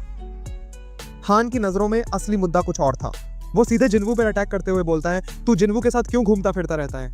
हन गिनाने लगता है कि जिन्वू 3 बड़े कंट्रोवर्शियल इंसिडेंट्स में मौजूद था। डबल डेंगुअन इंसिडेंट, वो रेड जिसमें हन की पूरी टीम वाइप्ड आउट हो गई थी, और सर्विलांस टीम हंटर इंसिडेंट जिसमें कुछ कैदियों को मार दिया गया था, लेकिन फिर भी जिन्वू किसी तरह हर बार जिंदा बच निकला। हन आगे जोड़ता है, सिर्फ इतना ही नहीं, जिन्वू ने तुझे पूरे 19 रेड्स क्लियर करने में भी मदद की, जिससे तुझे गिल्ड मास्टर लाइसेंस मिला, और उसने रेड गेट इंसिडेंट में सर्वाइवर्स को भी सेफ्टी तक पहुंचाया। अब हान सीधे लियो पे इल्जाम लगाता है, तू अपनी एडवांटेज के लिए जिन्वू का इस्तेमाल कर रहा है। लेकिन लियो अपने पॉइंट पे टिका रहता है, मेरे तरीके परफेक्ट हो सकते हैं या नहीं, लेकिन मुझे पता है कि गिल्ड के लिए क्या सही है। पर लियो को एकदम झटका तब लगता है जब हान अचानक उसकी लीडरशिप क्वेस्ट को अप्रूव कर देता है। ठीक है, तू गिल्ड का लीडर बनने की कोशिश कर सकता है, लेकिन एक शर्त है। हन फिर अपने असली प्लान का खुलासा करता है, मुझे जिन्वू चाहिए। हन बताता है कि white tiger guild red gate incident के बाद से जिन्वू को अपने गिल्ड में लाने की कोशिश कर रही है, क्योंकि उनमें जिन्वू का जबरदस्त पोटेंशियल देखने की काबिलियत है। अगर तू वाकई इस गिल्ड का लीडर बनना चाहता है तो जिन्वू की लॉयल्टी सिक्योर करके दिखा। लियो हान की इस चैलेंज को एक्सेप्ट करता है और कसम खाता है कि वो इसे पूरा करके रहेगा। डीमन कैसल में जिन्वू का अगला बड़ा सरप्राइज सामने आता है। भले ही उसने अनगिनत डीमंस को हरा दिया था, लेकिन वो उनके शैडो को अपनी आर्मी में ऐड नहीं कर पा रहा था। ये क्या चक्कर है, मैंने इतने सारे डीमंस गिराए लेकिन कोई भी शैडो एक्सट्रैक्ट क्यों नहीं हो रहा। लेकिन इससे पहले कि वो इस पर और सोच पाता, उसे सिस्टम से एंट्री परमिट मिलता है। अगले फ्लोर का गेट खुल जाता है और एक चमकती हुई रोशनी उसे आगे का रास्ता दिखाती है। जिन्वू पूरे एरिया को देखकर हैरान रह जाता है। ये तो एक पूरा शहर है जो एक ही बिल्डिंग के अंदर मौजूद है। भाई यहाँ पैदल चलना ही सबसे बड़ा चैलेंज है। लेकिन फिर जिन्वू सीधे अपने बीस्ट सोल्जर लीडर बेयर को समन करता है, और भाई जैसे ही बेयर एंट्री मारता है, वो बिना किसी रोक टोक के अपने रास्ते में आने वाले डीमंस को चीरता हुआ आगे बढ़ता है। जिन्वू बेयर की ताकत से इतना इंप्रेस होता है कि वो उसका नाम टैंक रख देता है। दूसरी तरफ हेन की स्टोरी लाइन भी आगे बढ़ रही थी। कुछ लड़कियों का ग्रुप उसे देखकर इंप्रेस हो रहा था, वाओ कितनी कूल हंटर है। लेकिन हेन के दिमाग में कुछ और ही चल रहा था। उसे वो पुरानी बातचीत याद आ रही थी जो उसने मिस्टर चॉय के साथ की थी। मिस्टर चॉय ने फ्लाइंग एंट्स के रिपोर्ट्स को सीक्रेट रखने का डिसीजन लिया था, लेकिन हेन इससे सहमत नहीं थी। हमें ये इन्फॉर्मेशन पब्लिक कर देनी चाहिए। मिस्टर चॉय उसे समझाने की कोशिश करता है, अगर हम ये न्यूज़ बाहर निकाल देंगे तो पूरे देश में पैनिक फैल जाएगा। इसके बजाय हमें अपने गिल्ड को स्ट्रॉन्ग करने पर फोकस करना चाहिए। आखिर हम पहले ही सबसे बड़ा डोमेस्टिक गिल्ड हैं। डेंगन के अंदर वो और भी ज्यादा डीमन साफ कर चुका था। जब पहली बार उसे इस डेंगन की की मिली थी तो उसे लगा था कि ये एस रैंक डेंगन हो सकता है, लेकिन अभी तक जितने भी डीमन से वो टकराया था वो हाई बी रैंक लेवल के ही थे। हालांकि दिक्कत ये थी कि इनकी संख्या बहुत ज्यादा थी और ये हर फेज के साथ और ताकतवर होते जा रहे थे। लेकिन जिन्वू ने सिर्फ उन डीमंस को मारने पर फोकस किया जो आगे बढ़ने के लिए जरूरी थे, जिससे उसकी प्रोग्रेस काफी स्टेडी बनी रही। अपने अनुभव के आधार पर जिन्वू को यह भी अंदाजा हुआ कि ये कैसल भी 100 फ्लोर्स का होगा, बिल्कुल टावर ऑफ ट्रायल्स की तरह। तो अब सवाल ये था, जब मैं टॉप तक पहुंचूंगा तब मैं कितना ताकतवर हो जाऊंगा। फिर जैसे ही वो 4000 सोल्स कलेक्ट करता है, वो खुद को याद दिलाता है कि अपनी सप्लाईज को सही से ट्रैक करना बहुत जरूरी है। उसे जीना से किया अपना 1 हफ्ते में वापस आने का वादा भी याद आता है, और अब ये रेस अगेंस्ट टाइम बन चुकी थी। कुछ समय बाद जिन्वू 10,000 सोल्स कलेक्ट कर लेता है, जो उसकी क्वेस्ट का मेन रिक्वायरमेंट था। लेकिन भाई जर्नी अभी भी खत्म नहीं हुई थी। जैसे जैसे वो आगे बढ़ता गया, वो एक ग्रुप ऑफ पावरफुल मॉन्स्टर्स से टकरा जाता है। उनके लीडर का नाम लॉल टेक्स्ट में चमक रहा था, वल्कन लोअर फ्लोर्स का क्लास बॉस डीमन। उधर दूसरी तरफ सैंग अभी भी जिन्वू को ढूंढ रहा था। वो जीना से पूछता है, लेकिन उसे जवाब मिलता है कि भाई ट्रिप पर गया है। लेकिन सैंग मानने को तैयार नहीं था। कोई रिकॉर्ड नहीं कि उसने कोई रेड की हो, नहीं वो किसी और देश गया। आखिरी लोकेशन जो एसोसिएशन के पास थी वो तो शहर के बीचों बीच थी। अब एसोसिएशन के पास बस कयास लगाने के अलावा कोई चॉइस नहीं थी कि जिन्वू गया कहाँ है। डेंगुओन के अंदर जिन्वू अपनी आर्मी को बाकी डीमंस को खत्म करने का ऑर्डर देता है और खुद वल्कन का सामना करने के लिए तैयार हो जाता है। जिन्वू की आर्मी बिना देर किए दुश्मनों का सफाया करने में जुट जाती है। अब क्योंकि उसने अपने इंटेलेक्ट पॉइंट्स बढ़ा लिए थे, तो वो ज्यादा बड़ी आर्मी समन कर सकता था और उन्हें बेहतर मेंटेन कर सकता था। साथ ही उसकी मैजिकल पावर में इजाफा हो चुका था, जिससे बैटल भी और स्मूथ हो गई थी। अब जिन्वू का पूरा फोकस वल्कन पर था। वो सोच रहा था ये जायंट बीस्ट उठेगा भी या यूं ही पड़ा रहेगा। पर भाई अगले ही सेकंड वल्कन एकदम बिजली की तेजी से मूव करता है और जिन्वू पर अटैक करता है। जिन्वू भी उतनी ही तेजी से रिएक्ट करता है। वो हमले को डॉज करता है और एक घातक पंच मारता है, जिससे वल्कन सीधा हवा में उड़ जाता है। भाई ये क्या था? जिन्वू खुद ही शॉक में था। बस एक पंच से इतना तगड़ा डीमन उड़ गया। वो सोचने लगता है क्या मैंने गलती से अपनी पावर को और ज्यादा लेवल अप कर लिया, लेकिन वल्कन अभी खत्म नहीं हुआ था। वो एक जबरदस्त गरज निकालता है, जिससे ये साफ हो जाता है कि अब वो अपना फाइनल फॉर्म में जाने वाला था। जिन्वू को तुरंत सर्बरस से हुई अपनी पिछली फाइट याद आ जाती है। अब वल्कन आश्चर्यजनक स्पीड से चार्ज करता है। जिन्वू को आयरन का नाम लेना ही पड़ता है और आयरन तुरंत उसे एक शील्ड देता है, जिससे जिन्वू अटैक ब्लॉक कर पाता है। पर दिक्कत ये थी कि वल्कन बिना रुके पंच पर पंच बरसाए जा रहा था। जिन्वू हैरान था कि इतना बड़ा मॉन्स्टर इतनी तेजी से कैसे मूव कर सकता है। फिर भी जैसे ही उसे एक मौका मिलता है, वो पीछे की तरफ मूव करता है। लेकिन तभी उसे पता चलता है कि वल्कन उसकी हर मूवमेंट को पहले ही भांप सकता है। ये तो पूरा जानवर है। जिन्वू के दिमाग में बस यही चल रहा था। उसे सिर्फ एक जगह कमजोर दिखती है, वल्कन का छोटा सा सिर। अब जिन्वू फॉर्मूला निकालता है, एक रणनीति बनाता है बीस्ट की स्पीड को लिमिट करने के लिए। फिर उसे दूर एक बिल्डिंग दिखती है, बस यही चाहिए। वो तेजी से दौड़ता है और जैसे ही वल्कन उसे पकड़ने की कोशिश करता है, वो बिल्डिंग में घुस जाता है। वल्कन इतनी तेजी से पीछे दौड़ रहा होता है कि वो सीधा बिल्डिंग से टकरा जाता है और कुछ देर के लिए इमोबिलाइज हो जाता है। अब यही मौका था। जिन्वू तुरंत अपनी वेपन समन करता है। एक ही बार में वल्कन की गर्दन काट देता है। लोअर फ्लोर्स का लॉर्ड खत्म। जिन्वू गेट्स और मैजिक बीस्ट्स के बारे में कुछ भी पता है। डोंगू गुस्से में उबल पड़ता है, अब ये बकवास क्या है? लेकिन इल्वान धीरे से हंसता है और बोलता है, डंजन्स, गेट्स और बीस्ट्स, ये सब तो सिर्फ एक छोटी सी झलक है। एक पावर जाग चुकी है जो अल्टीमेट कैटास्ट्रोफी ला सकती है। डोंगू की आंखें चौड़ी हो जाती हैं। भाई ये कह क्या रहा है? इल्वान का चेहरा सख्त पड़ जाता है। वो गहरी सांस लेता है और बोलता है, मैं अब और कुछ नहीं कह सकता, लेकिन मेरी एक ही मंशा है, इस तबाही को रोकना। डोंगू अब पूरी तरह से खींच चुका था। उसे ये सब बकवास लग रहा था। वो गुस्से में बोलता है, दुनिया में लाखों हंटर्स हैं, अगर हम सब मिलकर ताकत लगाएं तो कोई भी खतरा झेल सकते हैं। लेकिन इल्वान की आंखों में अजीब सा डर था। वो सिर हिलाकर बोलता है, नंबर्स से कोई फर्क नहीं पड़ेगा, जो आ रहा है वो इन सब हंटर्स को ही निगल जाएगा और फिर उन्हीं को इंसानियत के खिलाफ हथियार बना दिया जाएगा। डोंगू जो पहले से ही चिढ़ा हुआ था, अब इस पूरी बात को बेतुका समझ रहा था। लेकिन फिर उसकी नजर इल्वान के अतीत पर गई। तू बोलता है कि तू एक मैजिक बीस्ट है, लेकिन तेरी वाइफ और बच्चे भी थे, डोंगू ने तंज कसते हुए कहा। इल्वान का चेहरा अचानक गंभीर हो गया। उसने गहरी आवाज में जवाब दिया, जिन्वू। डोंगू को पहले तो ये नाम सुनकर कुछ खास फर्क नहीं पड़ा, लेकिन फिर उसके होंठों पर एक ठंडी बेदिल हंसी आ गई। वो तिरस्कार भरे अंदाज में बोलता है, तेरा बेटा मर चुका है। इल्वान के चेहरे पर कोई भाव नहीं था, लेकिन उसकी आंखों में खून खौल रहा था। डोंगू आगे जोड़ता है, अगर तुझे उसके बारे में और कुछ जानना है तो उससे खुद जाकर पूछ लेना, जब तू आफ्टर लाइफ में उससे मिलेगा। डोंगू ने अपनी ताकत का प्रदर्शन करते हुए एक भारी प्रेशर क्रिएट किया, मानो वो किसी भी पल इल्वान को खत्म कर सकता था। लेकिन इल्वान के चेहरे का अंधकार और गहराता गया। उसकी आंखें अब खून खराबे के इरादे से चमक रही थीं। डेंगोन में जिन्वू की शैडो आर्मी एक और डीमन ग्रुप को बेरहमी से खत्म कर रही थी। जिन्वू उनके लीडर को पहचानते हुए बोलता है, तुम्हें भी अब तो समझ में आ गया होगा कि मेरी शैडो आर्मी कितनी खतरनाक है। वो देख सकता था कि डीमंस भी डर महसूस कर सकते हैं। लीडर की आंखों में साफ दिख रहा था डर, कंपी और फिर एक पल में जिन्वू ने उसकी गर्दन साफ काट दी। सिस्टम नोटिफिकेशन, आपने मेटिस द गाइडर ऑफ सोल्स को हरा दिया है। आपका लेवल बढ़ गया है। बाहर शहर का एक हिस्सा पूरी तरह तबाह पड़ा था। एक इन्वेस्टिगेटर मलबे पे खड़ा सोच रहा था, एस रैंक हंटर्स की फाइट्स इतनी खतरनाक होती हैं कि पूरा लैंडस्केप बदल सकता है। लेकिन उसने राहत की सांस ली। शुक्र है ये लड़ाई सिर्फ इसी एरिया तक सीमित रही। तबाही इतनी जबरदस्त थी कि ऐसा लग रहा था जैसे एक ही झटके में सब कुछ बर्बाद हो गया हो। फिर उसने कुछ गौर किया। डोंगू की हार इतनी जल्दी हुई थी कि डैमेज और ज्यादा फैलने का मौका ही नहीं मिला। डेंगोन के अंदर जिन्वू के पास अब खाने का स्टॉक खत्म हो गया था। उसने एक लंबी सांस ली और सोचा, अब यहीं तक का सफर। फिलहाल लेवल 75, सिर्फ 25 और लेवल्स बाकी थे, लेकिन सफर अभी लंबा था। हालांकि जो कुछ भी मिला था वो वाकई काबिले गौर था। एक स्केलेटन से उसे एक नेकलेस मिला और लेवल 50 के बीस्ट से उसे एक ईयरिंग हासिल हुआ। दोनों आइटम अपने आप में पावरफुल थे, लेकिन साथ में पहनने पर ये एक सेट बोनस देते थे, सभी स्टैट्स में +5। जिन्होंने गौर किया कि इस सेट में एक स्लॉट अभी भी खाली था, मतलब एक और बॉस लेवल बीस्ट बाकी है। इसके अलावा उसे एक और आइटम मिला, द स्फेयर ऑफ एवरीशियस। ये आइटम मुझे डायरेक्ट फायदा नहीं देगा, लेकिन मेरे मैजिक सोल्जर्स की फायर पावर डबल कर देगा। यानी कि जिन्वू की आर्मी अब और भी ज्यादा विनाशकारी बन जाएगी। अब सबसे बड़ा रिवॉर्ड, एक कर्सेड रैंडम लूट बॉक्स। जिन्वू ने इस बॉक्स को घूरा। अगर मैंने इसे अभी नहीं खोला तो शायद फिर कभी मौका ना मिले। उसने बॉक्स खोला और अंदर से निकला दूसरा की। जिन्वू के दिल की धड़कन तेज हो गई, लेकिन इसके साथ कोई इंस्ट्रक्शंस नहीं है। ये कब और कहां इस्तेमाल करनी है? लेकिन ये सवाल जिन्वू के लिए फिलहाल उतना जरूरी नहीं था, क्योंकि अभी उसका असली मिशन अधूरा था, एलिक्सर ऑफ लाइफ। उसने अब तक इसके 2 जरूरी इंग्रेडिएंट्स हासिल कर लिए थे। वर्ल्ड फ्रैगमेंट वल्कन से हासिल किया गया और स्प्रिंग वाटर एको फॉरेस्ट में मेनेस को हराने के बाद मिला।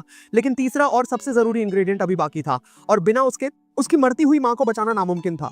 जिन्वू ने अपनी मुट्ठी भींची और खुद से वादा किया, अगली बार जब मैं इस डेंगोन में लौटूंगा मैं इस मिशन को पूरा करके ही दम लूंगा। तो भाई जिन्वू इंस्टेंस डंजन से बाहर निकलता है और अपनी प्रोग्रेस पे गौर करता है। वो समझ जाता है कि अब उसे सिर्फ प्यूरिफाइड डीमन किंग्स ब्लड की जरूरत है। ये जानते हुए कि ये कितना क्रूशल है, वो खुद को पूरी तरह से तैयार करने का फैसला करता है ताकि जब वो इसे हासिल करने की कोशिश करे तो कोई दिक्कत ना हो। अपनी स्टैट्स चेक करने के दौरान जिन्वू को उसकी लेवल में एक सिग्निफिकेंट इंक्रीज दिखता है, लेकिन फिर भी ई रैंक हंटर का लेबल उसे जकड़े हुए है। मतलब साफ है, भले ही वो खुद को और ज्यादा पावर अप कर सकता है, लेकिन ई रैंक स्टेटस की वजह से हाई लेवल रेड मिशंस में हिस्सा नहीं ले सकता। जिन्वू अब समझ जाता है कि फसाड गिराने और अपनी असली ताकत दिखाने का यही सही समय है। अब वो अपनी रैंक रीअसेसमेंट करवाएगा। अगले दिन जिन्वू सीधा असेसमेंट सेंटर पहुंच जाता है, लेकिन मजे की बात यह होती है कि उसी समय केलसांग का वफादार साइड किक भी वहां मौजूद होता है, पोटेंशियल रिक्रूट्स की स्काउटिंग करते हुए। काइटल हंटर्स को ऑब्जर्व कर रहा होता है, उनकी रैंक्स गेस करते हुए, और तभी उसकी नजर जिन्वू पर पड़ती है।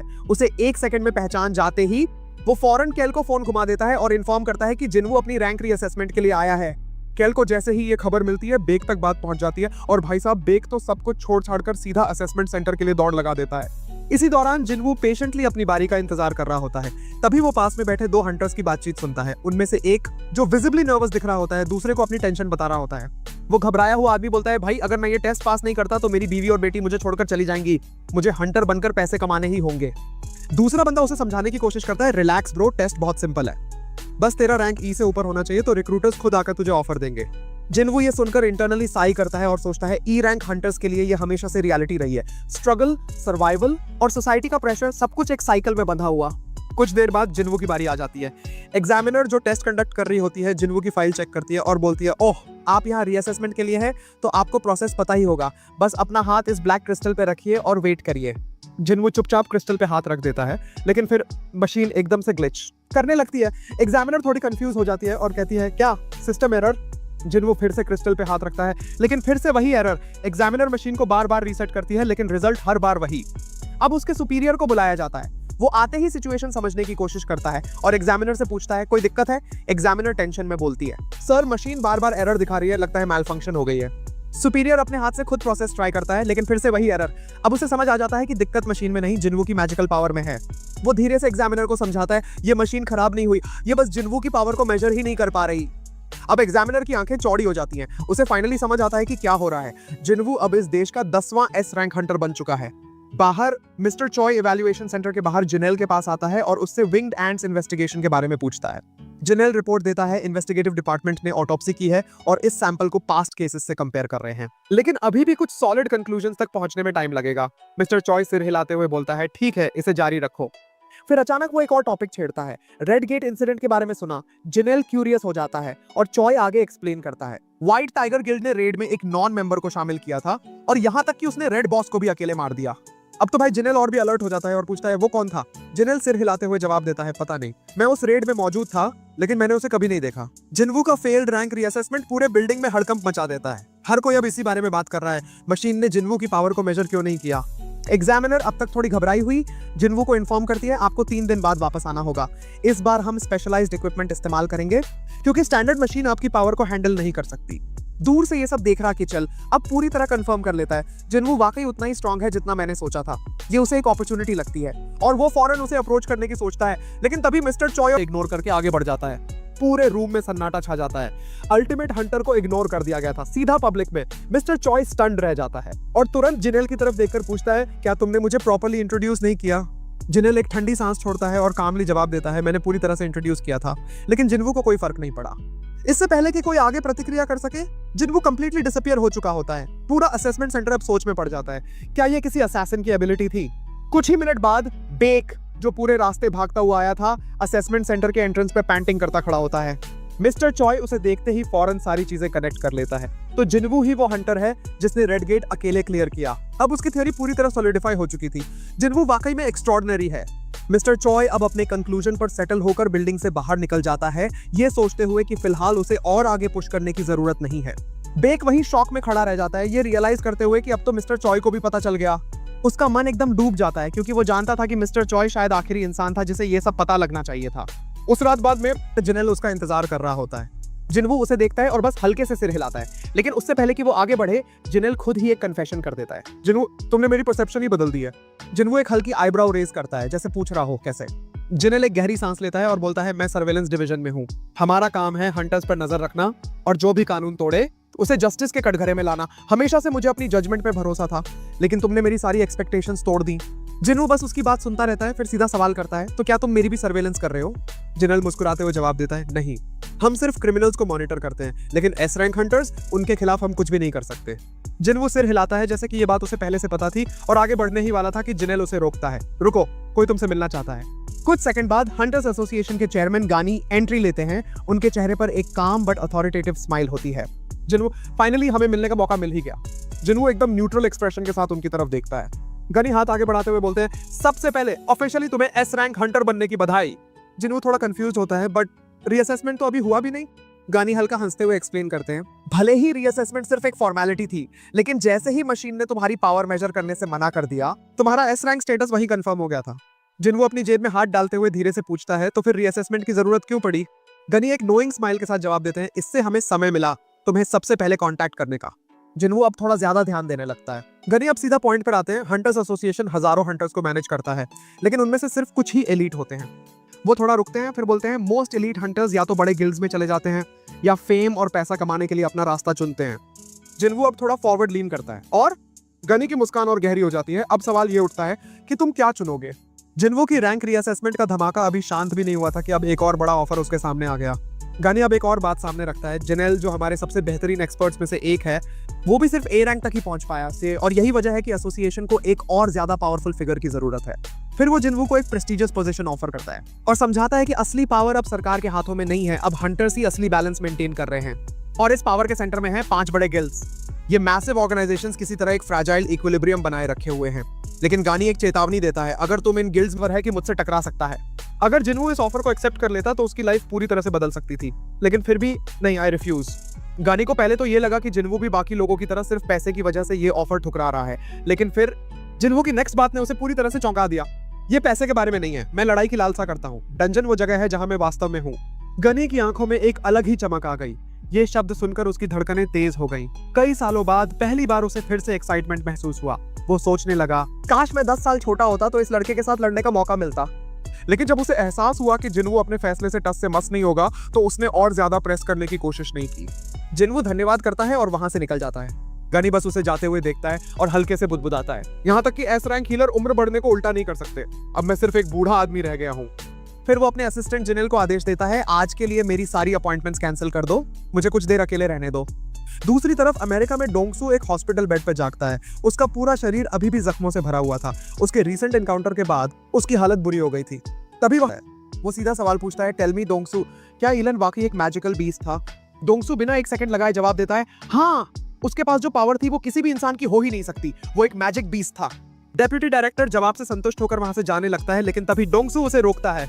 वेट, उसके खिलाफ क्या एक्शन लिया जा रहा है? डेप्यूटी डायरेक्टर ठंडी सांस लेते हुए जवाब देता है, हम उसका पीछा कर रहे हैं, लेकिन उसे पकड़ना आसान नहीं है। आखिरकार उसने तुम्हें हराया था, तुम्हारे जैसे हंटर को। डोंगसू के लिए ये इंसल्ट से कम नहीं था। उसे फिर वो पल याद आ गया जब उसकी हार के बाद इलान ने उसे एक सीधा वार्निंग दी थी, अगर तुमने मेरी फैमिली के करीब आने की कोशिश की तो मैं तुम्हें हेल में भी चैन से नहीं जीने दूंगा। उस वार्निंग ने उसके अंदर एक अलग ही आग जला दी थी। मैं उसे यूं ही नहीं छोड़ सकता। अब डोंगसू ने एक फैसला किया, अगर मुझे उसे हराना है तो मुझे कुछ और ज्यादा ताकत चाहिए। Artifacts the ultimate hunters gear. अब कहानी आर्टिफैक्ट्स तक पहुंच चुकी थी। हंटर वर्ल्ड में artifacts insanely powerful man made relics थे, हाई लेवल इक्विपमेंट जिनकी क्राफ्टिंग करना सबसे स्किल्ड क्राफ्ट्समैन के लिए भी बेहद मुश्किल होता था। अब जिनवू भी इसी चीज की तलाश में था। वो ऑनलाइन ऑक्शन साइट पे स्क्रॉल कर रहा था, रेयर आर्टिफैक्ट्स खोजते हुए, लेकिन प्रॉब्लम ये थी, हर अच्छी चीज रिडिकुलसली एक्सपेंसिव है। वो जानता था कि अगर उसे डीमन कैसल में जाना है तो उसे पूरी तरह से तैयार होना पड़ेगा। वो अपने स्फीयर, लेकिन कोई भी आइटम उसकी पावर को सीधा डबल नहीं कर सकती। वो महसूस करता है कि अगर उसने इस स्फीयर को बेच दिया तो उसे तगड़ी कीमत मिल सकती है, लेकिन उसकी ओरिजिन को लेकर सवाल उठेंगे, क्योंकि वो अभी भी ई रैंक हंटर के तौर पर जाना जाता है। वो सोचता है, अगर मेरे पास ए रैंक रेड को कंप्लीट करने का रिकॉर्ड होता तो इसे बेचना आसान होता, लेकिन ई रैंक होने के कारण मुझे उन रेड्स में हिस्सा लेने की इजाजत नहीं है। इसी दौरान वो एक जॉब लिस्टिंग पे नजर डालता है। हंटर गिल्ड एक लार्ज स्केल एक्सपीडिशन के लिए माइनर्स की भर्ती कर रही थी, और मजेदार बात यह थी कि इसमें कोई रैंक रिक्वायरमेंट नहीं थी। दूसरी ओर जिनेल अब जिनवू की फाइल को रिव्यू कर रहा था। वो ध्यान देता है कि 4 महीने पहले का जिनवू और अभी का जिनवू, दोनों में जमीन आसमान का फर्क है। वो सोचता है, क्या ये बंदा फॉल्स रैंकर है? लेकिन तभी जिनेल उसे आश्वस्त करता है, नहीं, ऐसा नहीं हो सकता। जिनवू ने कई बार लो रैंक डंजन्स क्लियर करते हुए भयानक चोटें खाई हैं। फिर जिनेल जिन्वू की बैकग्राउंड के बारे में बताने लगता है। उसकी माँ बीमार है। उसने हंटर बनने का फैसला सिर्फ इसलिए किया ताकि वो अपनी माँ के इलाज और अपनी बहन की पढ़ाई का खर्च उठा सके। गनी जो उसकी फाइल रिव्यू कर रहा था ये सुनकर थोड़ा प्रभावित होता है।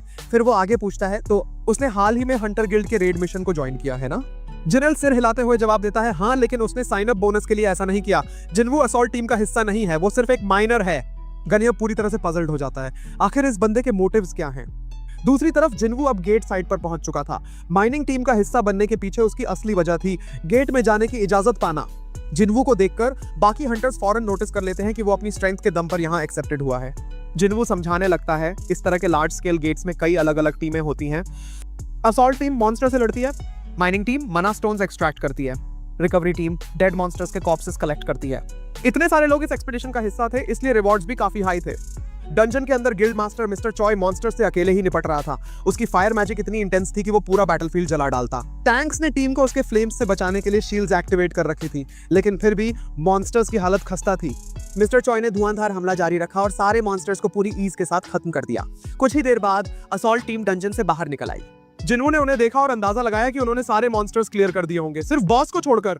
वो सोचता है, अगर मिस्टर चॉय ने बिना किसी दिक्कत के ए रैंक गेट क्लियर कर लिया तो ये आदमी कितना स्ट्रांग होगा।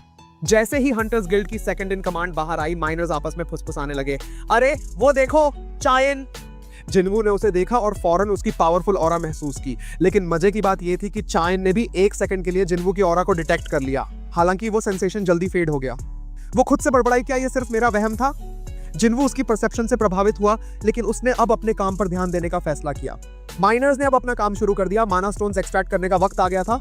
जिन्वू माइनिंग कर रहा था, लेकिन उसका असली ध्यान गेट के बॉस पर था। वो खुद से सोचता है, काश मैं इसे कम से कम एक बार देख पाता। दूसरी ओर बाकी माइनर्स अब जिन्वू को गौर से देखने लगे थे। भाई ये बंदा ई रैंक का तो बिल्कुल भी नहीं लग रहा। जिन्वू उनकी गॉसिप को इग्नोर कर देता है, क्योंकि इस तरह की बातें हर जगह होती हैं। थोड़ी देर बाद लंच ब्रेक, माइनिंग टीम बाहर जाने लगती है। लीडर जिन्वू को भी इन्वाइट करता है, आओ जिन्वू थोड़ा आराम कर लो।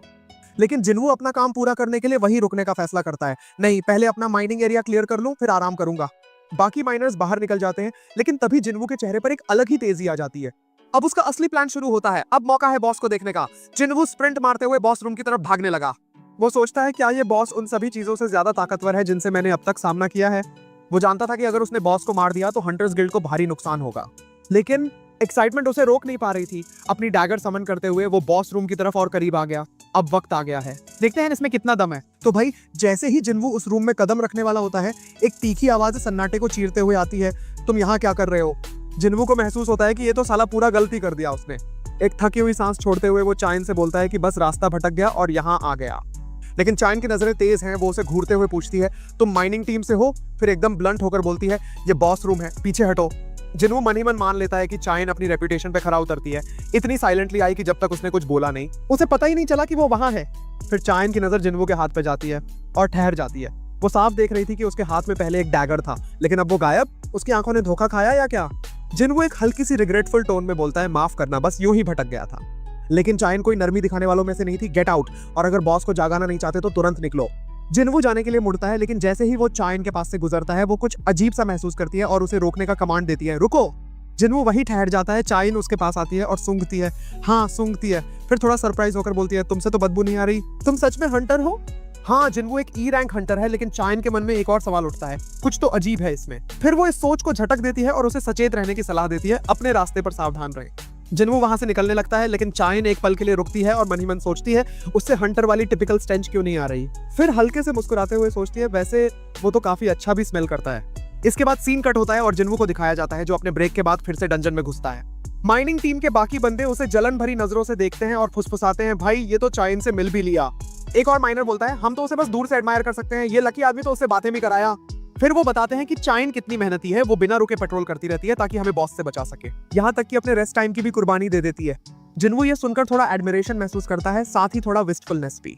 माइनिंग बॉस उसे समझाता है, चायन दूसरे हंटर्स की गंध को लेकर बहुत अनईजी रहती है, इसलिए हमेशा अपनी नाक पर हैंडकरचीफ रखती है। जिन्वू को अचानक चायन का रिएक्शन याद आता है, तो क्या इसका मतलब मैं टिपिकल हंटर सेंट कैरी नहीं करता? फिर उसे रेड गेट का बॉस याद आता है, जिसने कुछ ऐसा ही कहा था। क्या ये इसलिए क्योंकि मैं सिर्फ एक प्लेयर हूँ? और अनसर्टेनिटी में वो खुद से सोचता है, लेकिन इसका कोई डैम क्लू उसे नहीं था। सीन बदलता है। अब जिन्वू माइनिंग खत्म होने के बाद अपनी पे रिसीव कर रहा होता है। माइनिंग बॉस खुश होकर उससे बोलता है, थैंक्स टू यू, हम टाइम से पहले ही काम पूरा कर चुके हैं। बाकी माइनर्स भी हंसी खुशी कहने लगते हैं, भाई तेरा नेचुरल नैक है इस चीज में। माइनिंग बॉस थोड़ा सीरियस होकर बोलता है, सालों से इस काम में हूं, लेकिन तुम जैसा बंदा मैंने आज तक नहीं देखा। फिर वो सोच में पड़ता है और एक ऑफर रखता है, जिनवू क्या तुम लॉन्ग टर्म के लिए हमारे साथ काम करने के बारे में सोच सकते हो? फेयर कॉम्पेंसेशन मिलेगा। जिनवू हल्के से मुस्कुराता है और बिना हिचक बोलता है, ये मेरे लिए सिर्फ एक वन ऑफ डील है। बॉस थोड़ा उदास हो जाता है, लेकिन फिर भी एक और रिक्वेस्ट डाल देता है, कम से कम कल के लिए तो रुक जाओ, कल हमारे पास बैक टू बैक ए और सी रैंक की मिशंस हैं। जिनवू ये सुनकर थोड़ा सोचता है, मेरा रीवैल्यूएशन टेस्ट परसों है, लेकिन एक नए कॉन्फिडेंस की लहर उसके अंदर उठती है, क्योंकि आज पहली बार मैंने द रेड प्रोसेस को पूरी तरह समझ लिया। लेकिन तभी उसे एक और बात चौंका देती है, हंटर गिल्ड लगातार रेड मिशंस क्यों कर रही है? कल दो मिशंस टैकल करने का प्लान बना लिया गया था, अब असली मजा आएगा। जिनवू पूरी तरह से हैरान रह जाता है जब बॉस उसे बताता है कि इन मिशंस के लिए दूसरी असॉल्ट टीम असाइन की जाएगी। बॉस गर्व से बोलता है, हंटर्स गिल्ड की असली ताकत यही है, हमारे पास दो असॉल्ट टीम्स हैं जो रैंक ए गेट्स को रेड कर सकती हैं। पूरे देश में ऐसा और कोई गिल्ड नहीं कर सकता। जिनवू इस खुलासे से एनर्जाइज्ड महसूस करता है और कल लौटने के लिए हामी भर देता है। बॉस ये सुनकर खुश हो जाता है और उससे वादा करता है कि वो अपने सुपीरियर से उसकी सैलरी डबल करने की बात करेगा। जिनवू हल्की मुस्कान के साथ बोलता है, उसकी कोई जरूरत नहीं, चिंता मत करो। लेकिन बॉस अड़ जाता है, नहीं भाई ये तो बनता है। रात का समय चाइन अपने अंदर हल्की चिंता महसूस कर रही थी। वो किसी को कॉल करके जिनवू के बारे में माइनिंग टीम में पता लगाने का आदेश देती है। दूसरी तरफ से जवाब आता है, मैं उसे पहले से ही जानता हूँ। चाइन की भौहें तन जाती हैं। क्या? बंदा समझाता है, मुझे मिस्टर चॉय ने भी यही काम दिया था। लेकिन चाइन ध्यान से सुनती है, हंटर एसोसिएशन ने उसकी पूरी जानकारी सील कर रखी है। अब चाइन पूरी तरह से अलर्ट हो जाती है। एसोसिएशन ने डेटा लॉक कर दिया, लेकिन वो तो किसी टॉप टियर हंटर पे ही ऐसा करते हैं। जिनवू तो ऑफिशियली सिर्फ एक ई रैंक है। वो कुछ और पूछने वाली थी, लेकिन फिर अचानक कॉल काट देती है। रात में अपने बेड पे लेटे लेटे वो सोचने लगती है, अब तक मैंने जितने हंटर्स को देखा है उनमें से ये पहला बंदा है जो एक्चुअली अच्छा महकता है। अगली सुबह जिनवू गेट साइड पर पहुंचता है और माइनिंग टीम उसे खुले हाथों से स्वागत करती है। वो सब जिनवू की तारीफ करते हैं, भाई तू बहुत लकी है, चाइन से मिल भी लिया। जिनवू के चेहरे पर एक हल्की सी नॉस्टैल्जिक मुस्कान आ जाती है। शुरुआती दिनों की यादें ताजा हो गई। फिर टीम सी रैंक गेट से शुरू करने का फैसला करती है। जिनवू डैम ह्यूमन एक्सकवेटर की तरह माना स्टोन्स निकालने में जुट जाता है। काम पूरा करने के बाद सब लोग लंच के लिए बैठते हैं। बॉस उसकी बढ़ चढ़कर तारीफ करता है, अगर जिनवू नहीं होता तो हम इतनी जल्दी फ्री नहीं हो पाते। फिर बॉस उसे एक और ऑफर देता है, भाई 5 गुना ज्यादा पैसा दूंगा, बस तू हमारे साथ रुक जा। जिनवू बिना कोई झिझक के बोलता है नहीं। तभी सनक्यम जो दूसरी असॉल्ट टीम का कैप्टन था वहां आ जाता है। वो पूछता है, माइनिंग क्रू से कोई बंदा हमारी मदद कर सकता है क्या? हमारा पोर्टर नहीं आ पाया है। बॉस तुरंत जवाब देता है, रिकवरी टीम से पूछो, वो ज्यादा बेहतर होंगे हॉलिंग के लिए। लेकिन केम तुरंत जवाब देता है, हमने पहले ही पूछा था, उनके पास भी स्टाफ कम है। बॉस चिढ़ जाता है, तो फिर हमसे क्यों पूछ रहे हो? लो रैंक हंटर्स को रैंक ए डंजन्स में पोर्टर बनाना खतरनाक है। लेकिन केम दाम बढ़ा देता है, रिस्क अलाउंस भी दूंगा। बॉस फिर भी नहीं मानता, कितने भी पैसे दो मैं अपने लोगों को नहीं भेजूंगा। केम आखिरी बार पूछता है, कोई इंटरेस्टेड है? तभी जिनवू बिना झिझक हाथ उठा देता है। सबकी नजरें उसकी तरफ घूम जाती हैं। बॉस उसे समझाने की कोशिश करता है, ये मत कर भाई, बहुत रिस्की है। लेकिन जिनवू बिल्कुल कॉन्फिडेंट होकर बोलता है, डोंट वरी, मेरे गट्स मुझसे कह रहे हैं कि ये सही मौका है। बावजूद इसके बॉस और बाकी लोग उसे मना करने की कोशिश करते हैं। लेकिन किम बस एक ही सवाल पूछता है, तुम्हारी रैंक क्या है? जब उसे पता चलता है कि जिनवू सिर्फ ई रैंक है तो वो बिना हिचक बोलता है, कोई दिक्कत नहीं, इसे ले चलो। अब टीम गेट की तरफ बढ़ रही थी। जिनवू नोटिस करता है कि ये गेट पिछले वाले से बड़ा था। किम हल्की हंसी के साथ बोलता है, बेशक ये बड़ा है, लेकिन इसकी मैजिक एनर्जी पहले वाली जितनी स्ट्रांग नहीं है, इसलिए घबराने की जरूरत नहीं। अगर यहाँ सेकंड असॉल्ट टीम है तो इसका मतलब ये उतना खतरनाक नहीं है। जिनवू टीम को स्कैन करता है। 6 रैंक सी और 3 rank B hunters. S rank नहीं है, लेकिन फिर भी ये टीम असॉल्ट स्क्वाड के लायक है। जैसे ही वो गेट के अंदर कदम रखते हैं, जिनवू को अजीब सा एहसास होता है। यहाँ की मैजिक एनर्जी पहले से कमजोर लग रही है, लेकिन वो एक अजीब सी ऑमिनस वाइब महसूस करता है, कुछ वैसा ही जैसा रेड गेट के अंदर महसूस हुआ था। शिट, ये फीलिंग अच्छी नहीं है। हीलर उसे देखकर हल्के से हंसता है, रिलैक्स करो, सब हंटर्स यहाँ प्रो लेवल के हैं, जब तक तुम हमारे साथ रहोगे कुछ गलत नहीं होगा। लेकिन जिनवू के मन में कुछ और ही चल रहा था। क्या वाकई? तो भाई केम पूरा यकीन में है कि जैसे ही ये रेड मिशन खत्म होगा उसे टीम का कैप्टन बना दिया जाएगा। उसे लगता है कि वो ये सब संभाल सकता है, भले ही वो उनके मौजूदा कैप्टन या वाइस कैप्टन जितना ताकतवर न हो। तभी उन्हें आगे मॉन्स्टर्स की प्रेजेंस का आभास होता है और वो बिना किसी ऑर्डर का इंतजार किए फटाक से एक्शन में कूद पड़ते हैं। जैसे ही हमला शुरू होता है, डंजन जैकल्स उन पे टूट पड़ते हैं, लेकिन ये क्रिटर्स बहुत ही कमजोर होते हैं और टीम उन्हें सेकंड्स में साफ कर देती है। सभी हैरान होते हैं कि यहाँ जैकल्स कैसे आ गए और जिनवू को लगता है कि शायद ये कोई रेयर साइट है। तभी हीलर समझाता है कि ये बस सी रैंक मॉन्स्टर्स हैं और एक ए रैंक डंजन में इनका होना अजीब है, क्योंकि आमतौर पर ऐसे कमजोर मॉन्स्टर्स को ज्यादा ताकतवर क्रीचर्स खा जाते हैं। तभी जिनवू नोटिस करता है कि इन जैकल्स के गले में कॉलर्स हैं, जो ये दिखाता है कि इन्हें किसी ने हंटिंग डॉग्स की तरह पाला हुआ है। तभी अचानक और मॉन्स्टर्स आ धमकते हैं और वो एक पूरी आर्मी ऑफ हाई ऑक्स होती है। उनमें से एक ऑक्स स्पीयर फेंककर केओम पे वार करता है और वो किसी तरह उसे ब्लॉक कर पाता है। जैसे ही वो उन पे चार्ज करते हैं, टैंक अपनी टॉन्ट स्किल का इस्तेमाल करता है, लेकिन वो बेअसर रहती है क्योंकि मॉन्स्टर्स पीछे खड़े लोगों को टारगेट करने लगते हैं। हालांकि एक हंटर किसी तरह उन्हें पीछे धकेल देता है, लेकिन ऑर्क्स पे कोई खास असर नहीं होता उनकी हाई मैजिक रेजिस्टेंस की वजह से। पार्टी का मेज एक मॉन्स्टर को बाइंड करता है, लेकिन उसे रोक नहीं पाता क्योंकि वो बहुत ज्यादा ताकतवर होता है। फिर फायर मेज अपने 2 फायर सोल्जर्स समन करता है और वो ऑर्क्स से भिड़ने लगते हैं। टीम के बाकी लोग भी फियर्सली लड़ाई करते हैं। ऑर्क्स में से एक मार्शल आर्टिस्ट को घायल कर देता है और वो हीलर से मदद मांगता है, जबकि हीलर पहले से टैंक को हील करने में लगी होती है। केओम सोचने लगता है कि वो बुरी तरह आउटनंबर्ड है और शायद ये उनका आखिरी पल हो सकता है। ऑर्क्स में से एक हंटर का हाथ काट देता है और केओम दिल ही दिल में दुआ करता है कि यहाँ कोई मरे ना। तभी हीलर आगे बढ़कर हंटर का कटा हुआ हाथ रीजनरेट कर देती है, जबकि स्पेक्टिकल मेज ऑक्स को रोकने में जुटा रहता है। तभी अचानक एक ऑर्क हीलर के पीछे आ जाता है और हीलर को अपनी मौत सामने नजर आने लगती है। लेकिन उसी वक्त जिन्वू रूलर्स हैंड का इस्तेमाल कर उस ऑर्क की रीढ़ को खींचकर बाहर निकाल देता है और हीलर हैरान रह जाती है कि ये क्या हुआ। जिन्वू अपनी स्टेल्थ स्किल का इस्तेमाल करके बाकी हंटर्स की मदद करता है, ऑर्क्स को कमजोर करता है बिना किसी को पता चले। बाकी हंटर्स हैरान हो जाते हैं जब ऑर्क्स अचानक से कमजोर पड़ने लगते हैं, लेकिन वो इस मौके का पूरा फायदा उठाते हैं और एक फुल स्किल ऑफेंसिव लॉन्च करके ऑर्क्स को एक एक कर मार गिराते हैं। जिन्वू सोचता है कि वो यहाँ आउटसाइडर की तरह खड़ा नहीं होना चाहता, लेकिन वो ये भी जानता है कि वो किसी को मरने नहीं देगा। वो चुपचाप मॉन्स्टर्स को कमजोर करता जाता है और बाकी हंटर्स ऑर्क्स को खत्म कर देते हैं। आखिरकार वो सभी ऑर्क्स को वाइप आउट कर देते हैं। केओम फिर सभी से पूछता है कि वो ठीक है या नहीं, और ये सुनकर चैन की सांस लेता है कि सब ठीक है। हीलर फिर बताती है कि लड़ाई के दौरान कुछ अजीब हुआ था, और केओम भी जोड़ता है कि उसे भी महसूस हुआ कि मॉन्स्टर्स अचानक से बहुत कमजोर हो गए थे। वो मेजेस से पूछते हैं कि क्या ये उनकी वजह से हुआ, लेकिन वो जवाब देते हैं कि ऐसा कुछ भी उन्होंने नहीं किया और ऐसा बिना किसी असैसिन टाइप हंटर के मुमकिन नहीं है। वो ज्यादा सोचना सही नहीं समझते, ये मानकर कि उनकी किस्मत अच्छी थी क्योंकि आखिरकार वो जीत गए। स्पेक्टिकल्ड मेट सोचती है कि उनका पोर्टर जिन्वू ने टीम को काफी अंडर एस्टिमेट किया है।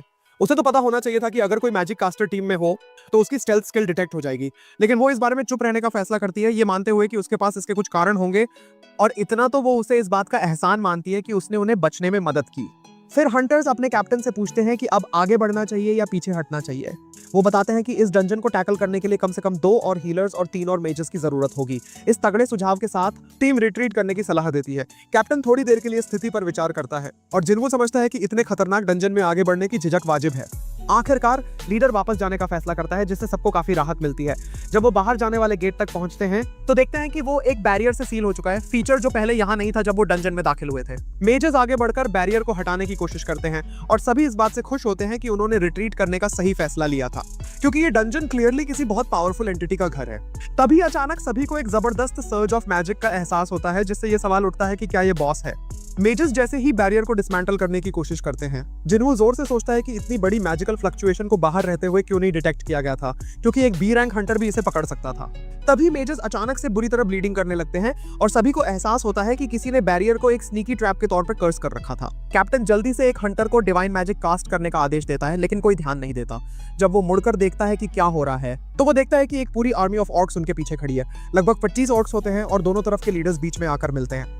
ऑर्क लीडर पहले कुछ बोलने की कोशिश करता है, लेकिन उसकी बातें समझ में नहीं आती जब तक कि ऑर्क इंसानी भाषा में बोलना शुरू नहीं करता। ऑर्क अपना नाम कार्गन बताता है और केओम को बताता है कि वो ह्यूमंस का बेसब्री से इंतजार कर रहा था। फिर केओम पूछता है कि क्या वही एंट्रेंस को सील करने वाला था, और कार्गन इस बात की पुष्टि करता है। केओम क्यूरियस होकर पूछता है कि क्या इस डंजन में कार्गन से ज्यादा ताकतवर कोई और भी है, लेकिन कार्गन जवाब देता है कि ऐसा कोई नहीं है और उन्हें चुनौती देता है कि वो उससे मुकाबला करें या उसके सोल्जर्स के हाथों मारे जाएं।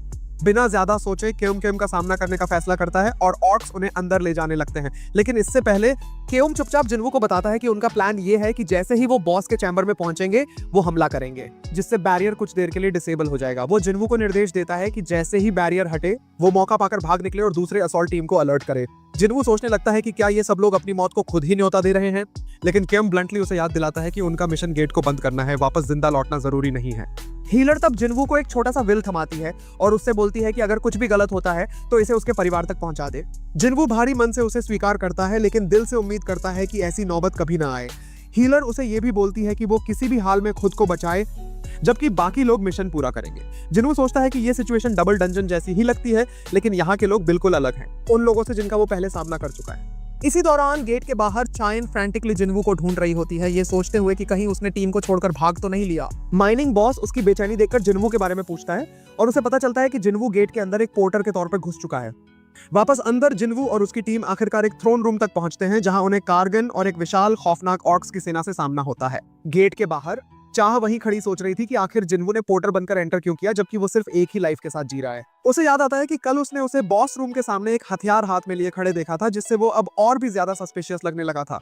बिना किसी देर किए वो माइनर लीडर को बताती है कि वो खुद अंदर जाकर इस पूरे मामले की जांच करेगी और पूछती है कि क्या उनके पास कोई प्रॉपर वेपन है।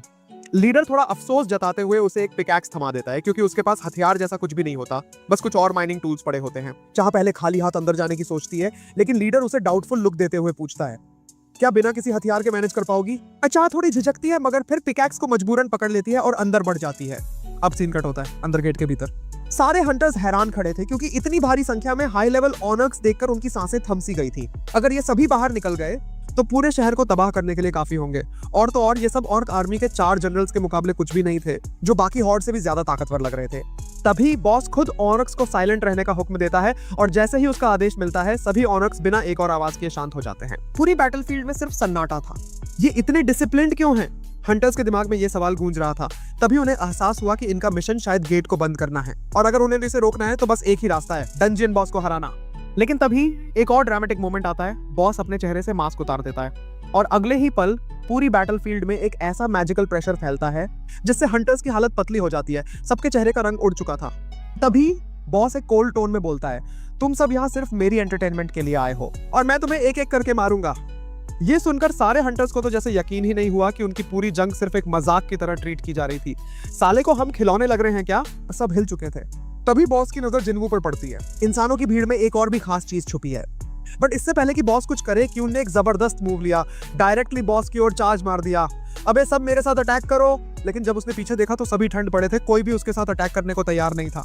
बट क्यून रुका नहीं, उसने बॉस पर सीधा वार किया। लेकिन अगले ही पल बॉस ने अपनी मैजिकल शील्ड एक्टिवेट कर ली और क्यून का वार एक धक्के में ही ब्लॉक हो गया। और फिर बॉस ने अपनी ग्रेविटेशनल मैजिक का इस्तेमाल किया। क्यून जमीन पर गिरा, फिर वो छत से टकराया और ऐसे ही रैग डॉल की तरह उसे कई बार इधर उधर पटका गया। उसकी टीम सिर्फ डर और सदमे में खड़ी देख रही थी, क्योंकि कुछ कर पाना तो दूर, हिलना तक मुश्किल हो गया था। लेकिन तभी जिन्वू बीच में कूदता है। बस बहुत हुआ। वो तेजी से आगे बढ़ता है और क्यून को संभालकर धीरे से जमीन पर रख देता है। ये हंटर गिल्ड का मिशन है, पर मैं चुप नहीं बैठ सकता अगर पूरी टीम मरने वाली हो। इतने में ही एक ऑनर्क उसकी तरफ लपकता है, पर इससे पहले कि वो कुछ कर पाता, जिन्वू ने सिर्फ एक मूव से उसे हवा में ही रोक लिया और अपने सिग्नेचर रूलर हैंड से उड़ा दिया। फिर उसने क्यून की तरफ देखा और कूल टोन में पूछा, अगर कोई दिक्कत ना हो तो मैजिकल बीस्ट से निपटने का काम मैं ले सकता हूँ। क्यून के पास और कोई चॉइस नहीं थी। अब बॉस के एक्सप्रेशन बदल गए थे। वो अब भी जिन्वू की पावर को सिर्फ मैजिक की घमंड भरी नुमाइश मान रहा था, पर जिन्वू जानता था पहली बार ऐसा पावरफुल दुश्मन मिला है। लेकिन ये उसकी आखिरी गलती होगी। उसने अपनी शैडो आर्मी समन की और एक सख्त संकल्प के साथ बोला, अब इस बॉस के राज का अंत करने का वक्त आ गया है। सीन कट होता है डंजियन के बाहर गेट के पास सर्विलांस टीम खड़ी थी, जिसका हेड जिनेल पूरे सीन को ऑब्जर्व कर रहा था। माइनर्स कंफ्यूज थे कि आखिर ये हंटर्स यहाँ क्या कर रहे हैं, पर जिनेल का ध्यान सिर्फ एक चीज पे था, जिन्वू। उसने माइनर लीडर से जिन्वू की लोकेशन पूछी, लेकिन इससे पहले कि कोई कुछ कहता, वो एक माइनर जो पहले से ही जिन्वू की हरकतों को संदेह भरी नजरों से देख रहा था, सामने आकर बोल पड़ा, मैंने पहले ही कहा था वो आदमी नॉर्मल नहीं है। बट जिनेल ने उसकी फालतू शिकायतें इग्नोर कर दी और सीधे लीडर से पूछा, जिन्वू कहाँ है? जिनेल को पता चलता है कि जिन्वू गेट के अंदर घुस चुका है, वो भी एक पोर्टर के रूप में। इस बात पे दिमाग लगा रहा है कि पहले तो वो एक मामूली माइनर था और अब अपनी रैंक के साथ हर मूव पर सबकी नजरें टिकी हुई हैं। वो खुद ही बड़बड़ाता है कि अब जब जिन्वू इतना ग्रो कर गया है तो कम से कम अपने एक्शंस को लेकर थोड़ा कॉन्शियस तो होना चाहिए। लेकिन तभी माइनर लीडर पूछता है कि असली माजरा क्या है। जिनेल बस उसे कल की न्यूज का इंतजार करने को बोलकर गेट के और करीब बढ़ता है। माइनर लीडर तब बताता है कि चाइन ने भी यही सवाल उठाया था और कुछ देर पहले ही गेट के अंदर गई थी। लेकिन इससे पहले कि जिनेल और कुछ समझ पाता, उसे गेट से एक अलग ही तरह की अजीब एनर्जी फील होती है। फौरन अपनी टीम को ऑर्डर देता है कि डंजन का एक और मैजिक टेस्ट किया जाए। वहीं अंदर चाइन इस बात से शॉक्ड है कि इतने ज्यादा हाई रैंकिंग ऑनर्क्स का कत्लेआम हो चुका है। वो ये सोच भी नहीं पा रही कि कौन की पार्टी ने इतने बड़े दुश्मनों को कैसे साफ कर दिया। लेकिन जब उसे बॉस रूम से एक खतरनाक मैजिकल एनर्जी का सर्ज फील होता है तो वो बिना टाइम गवाए सीधे वहां की ओर भागती है। अब कैमरा कट होता है बॉस पर, जो जिन्वू को देखकर हंसते हुए उसे ताने मारता है कि इतनी छोटी सी फोर्स के साथ मेरी पूरी आर्मी से लड़ने चला आया। लेकिन तभी जिन्वू अपने नए सीखे स्किल मोनार्क्स डोमेन को एक्टिवेट कर देता है। वो एक्सप्लेन करता है कि ये उसका लेटेस्ट एबिलिटी अपग्रेड है, जिससे उसकी शैडो आर्मी पहले से कहीं ज्यादा पावरफुल हो गई है और उसे ये गन के कैसल की बैटल के बाद मिला था। उधर बाकी हंटर्स पूरे सीन से पूरी तरह से कंफ्यूज हैं। वो देखते हैं कि हाई ऑनर्क्स की तरफ से जबरदस्त अटैक आ रहा है, लेकिन जिन्वू के जनरल्स तो ऐसे काट रहे हैं जैसे कोई कीड़े मकोड़े हों। जिन्वू खुद भी बीच में कूदकर दुश्मनों को गिराने में लगा हुआ है और हंटर्स नोटिस करते हैं कि उसकी मूवमेंट्स चाइन से काफी मिलती जुलती हैं। लेकिन वो लोग अब भी इस बात से परेशान हैं कि इतना दमदार इंसान आखिर पहले पोर्टर बनकर अंदर क्यों आया था। लड़ाई और जबरदस्त होती जा रही है और जिन्वू को अब एहसास होता है कि उसकी इन्फेंट्री की स्ट्रेंथ सिर्फ एक बी रैंक हंटर के बराबर है। उसके सोल्जर्स खतरनाक स्पीड से गिर रहे हैं। हर औरत के लिए 4-5 की बलि चढ़ रही है। वो समझ जाता है कि अगर जल्दी से ओनक्स की तादाद कम नहीं की तो उसकी खुद की मैना भी ड्रेन हो जाएगी। लेकिन तभी बॉस एक जबरदस्त फायर स्पेल छोड़ता है सीधा जिन्वू की शैडो सोल्जर्स पर और हंसते हुए बोलता है, अबे ज्यादा मत उड़, तेरी आर्मी तो जलकर राख हो जाएगी। मगर जिन्वू स्मिर्क मारते हुए जवाब देता है, मेरे सोल्जर्स मरकर भी दोबारा खड़े हो जाते हैं। एंडलेस रिसरेक्शन समझे? लेकिन बॉस कहां हार मानने वाला था। अब की बार उसने अपनी ग्रेविटी मैजिक छोड़ी और जिन्वू व उसकी आर्मी को दबाने लगा। वो बोलता है, मैं तुझे तब तक कुचलता रहूंगा जब तक तेरी पूरी मैना सूख न जाए। मगर वो भी देख रहा था कि हर बार जिन्वू की पूरी आर्मी गिरती और फिर से उठ खड़ी होती। ये सिलसिला बिना रुके चलता रहा और जिन्वू सोचने लगा कि क्या बॉस जानबूझकर दूर रहकर सिर्फ लॉन्ग रेंज अटैक्स कर रहा है। बाहर नई मैजिकल पावर टेस्ट के रिजल्ट्स आते हैं और पता चलता है कि ये डंजन लगभग एस रैंक गेट के बराबर खतरनाक हो चुका है। जिनेल तुरंत माइनर्स को ऑर्डर देता है कि हंटर गिल्ड लीडर को तुरंत इन्फॉर्म किया जाए और सर्विलांस डिपार्टमेंट पूरे सपोर्ट के लिए तैयार हो जाता है। वापस अंदर बॉस फिर से जिन्वू का मजाक उड़ाते हुए बोलता है, मेरी आर्मी की ताकत और साइज तेरी से कहीं ज्यादा बड़ी है। तुझे सच में लगता है कि तू ये लड़ाई जीत सकता है? जिन्वू थोड़ी देर के लिए अपने गिरते हुए सोल्जर्स को देखता है और उसे एहसास होता है कि उसकी मैजिकल एनर्जी तेजी से खत्म हो रही है। बिना देरी किए वो फौरन एक मैना पोशन निकालकर पी जाता है और फिर अपने फुल पोटेंशियल को अनलॉक करने का ऐलान करता है। अब दिखाता हूं कि असली नेक्रोमांसर किसे बोलते हैं। एक जबरदस्त गेस्चर के साथ वो अपने सामने गिरे हुए सारे हाई ऑनक्स को फिर से उठाकर अपनी अनडेड आर्मी बना लेता है और फिर बॉस की तरफ देखकर ठहाका मारते हुए बोलता है, तुझे भी अपनी आर्मी में जोड़ने का इरादा है, अब बच के दिखा। सीन अब और भी तगड़ा हो गया है। जिन्वू अपनी बढ़ती हुई लीजन में अपने जनरल्स को जोड़ रहा है जिससे बॉस पूरी तरह से हिल जाता है। वो सोचने लगता है, क्या ये बंदा किसी तरह का लॉर्ड है, और अगर हाँ तो ये यहाँ क्या कर रहा है। लेकिन फिर उसे याद आता है कि जब से उसने यहाँ आंखें खोली हैं तब से सिर्फ एक ही कमांड उसके दिमाग में गूंज रही है, सभी इंसानों को खत्म करो। तो किसी भी और वजह को इग्नोर करते हुए वो बिना सवाल किए अपने निर्देश का पालन करने का फैसला करता है और अपने जनरल्स को लड़ाई में भेज देता है।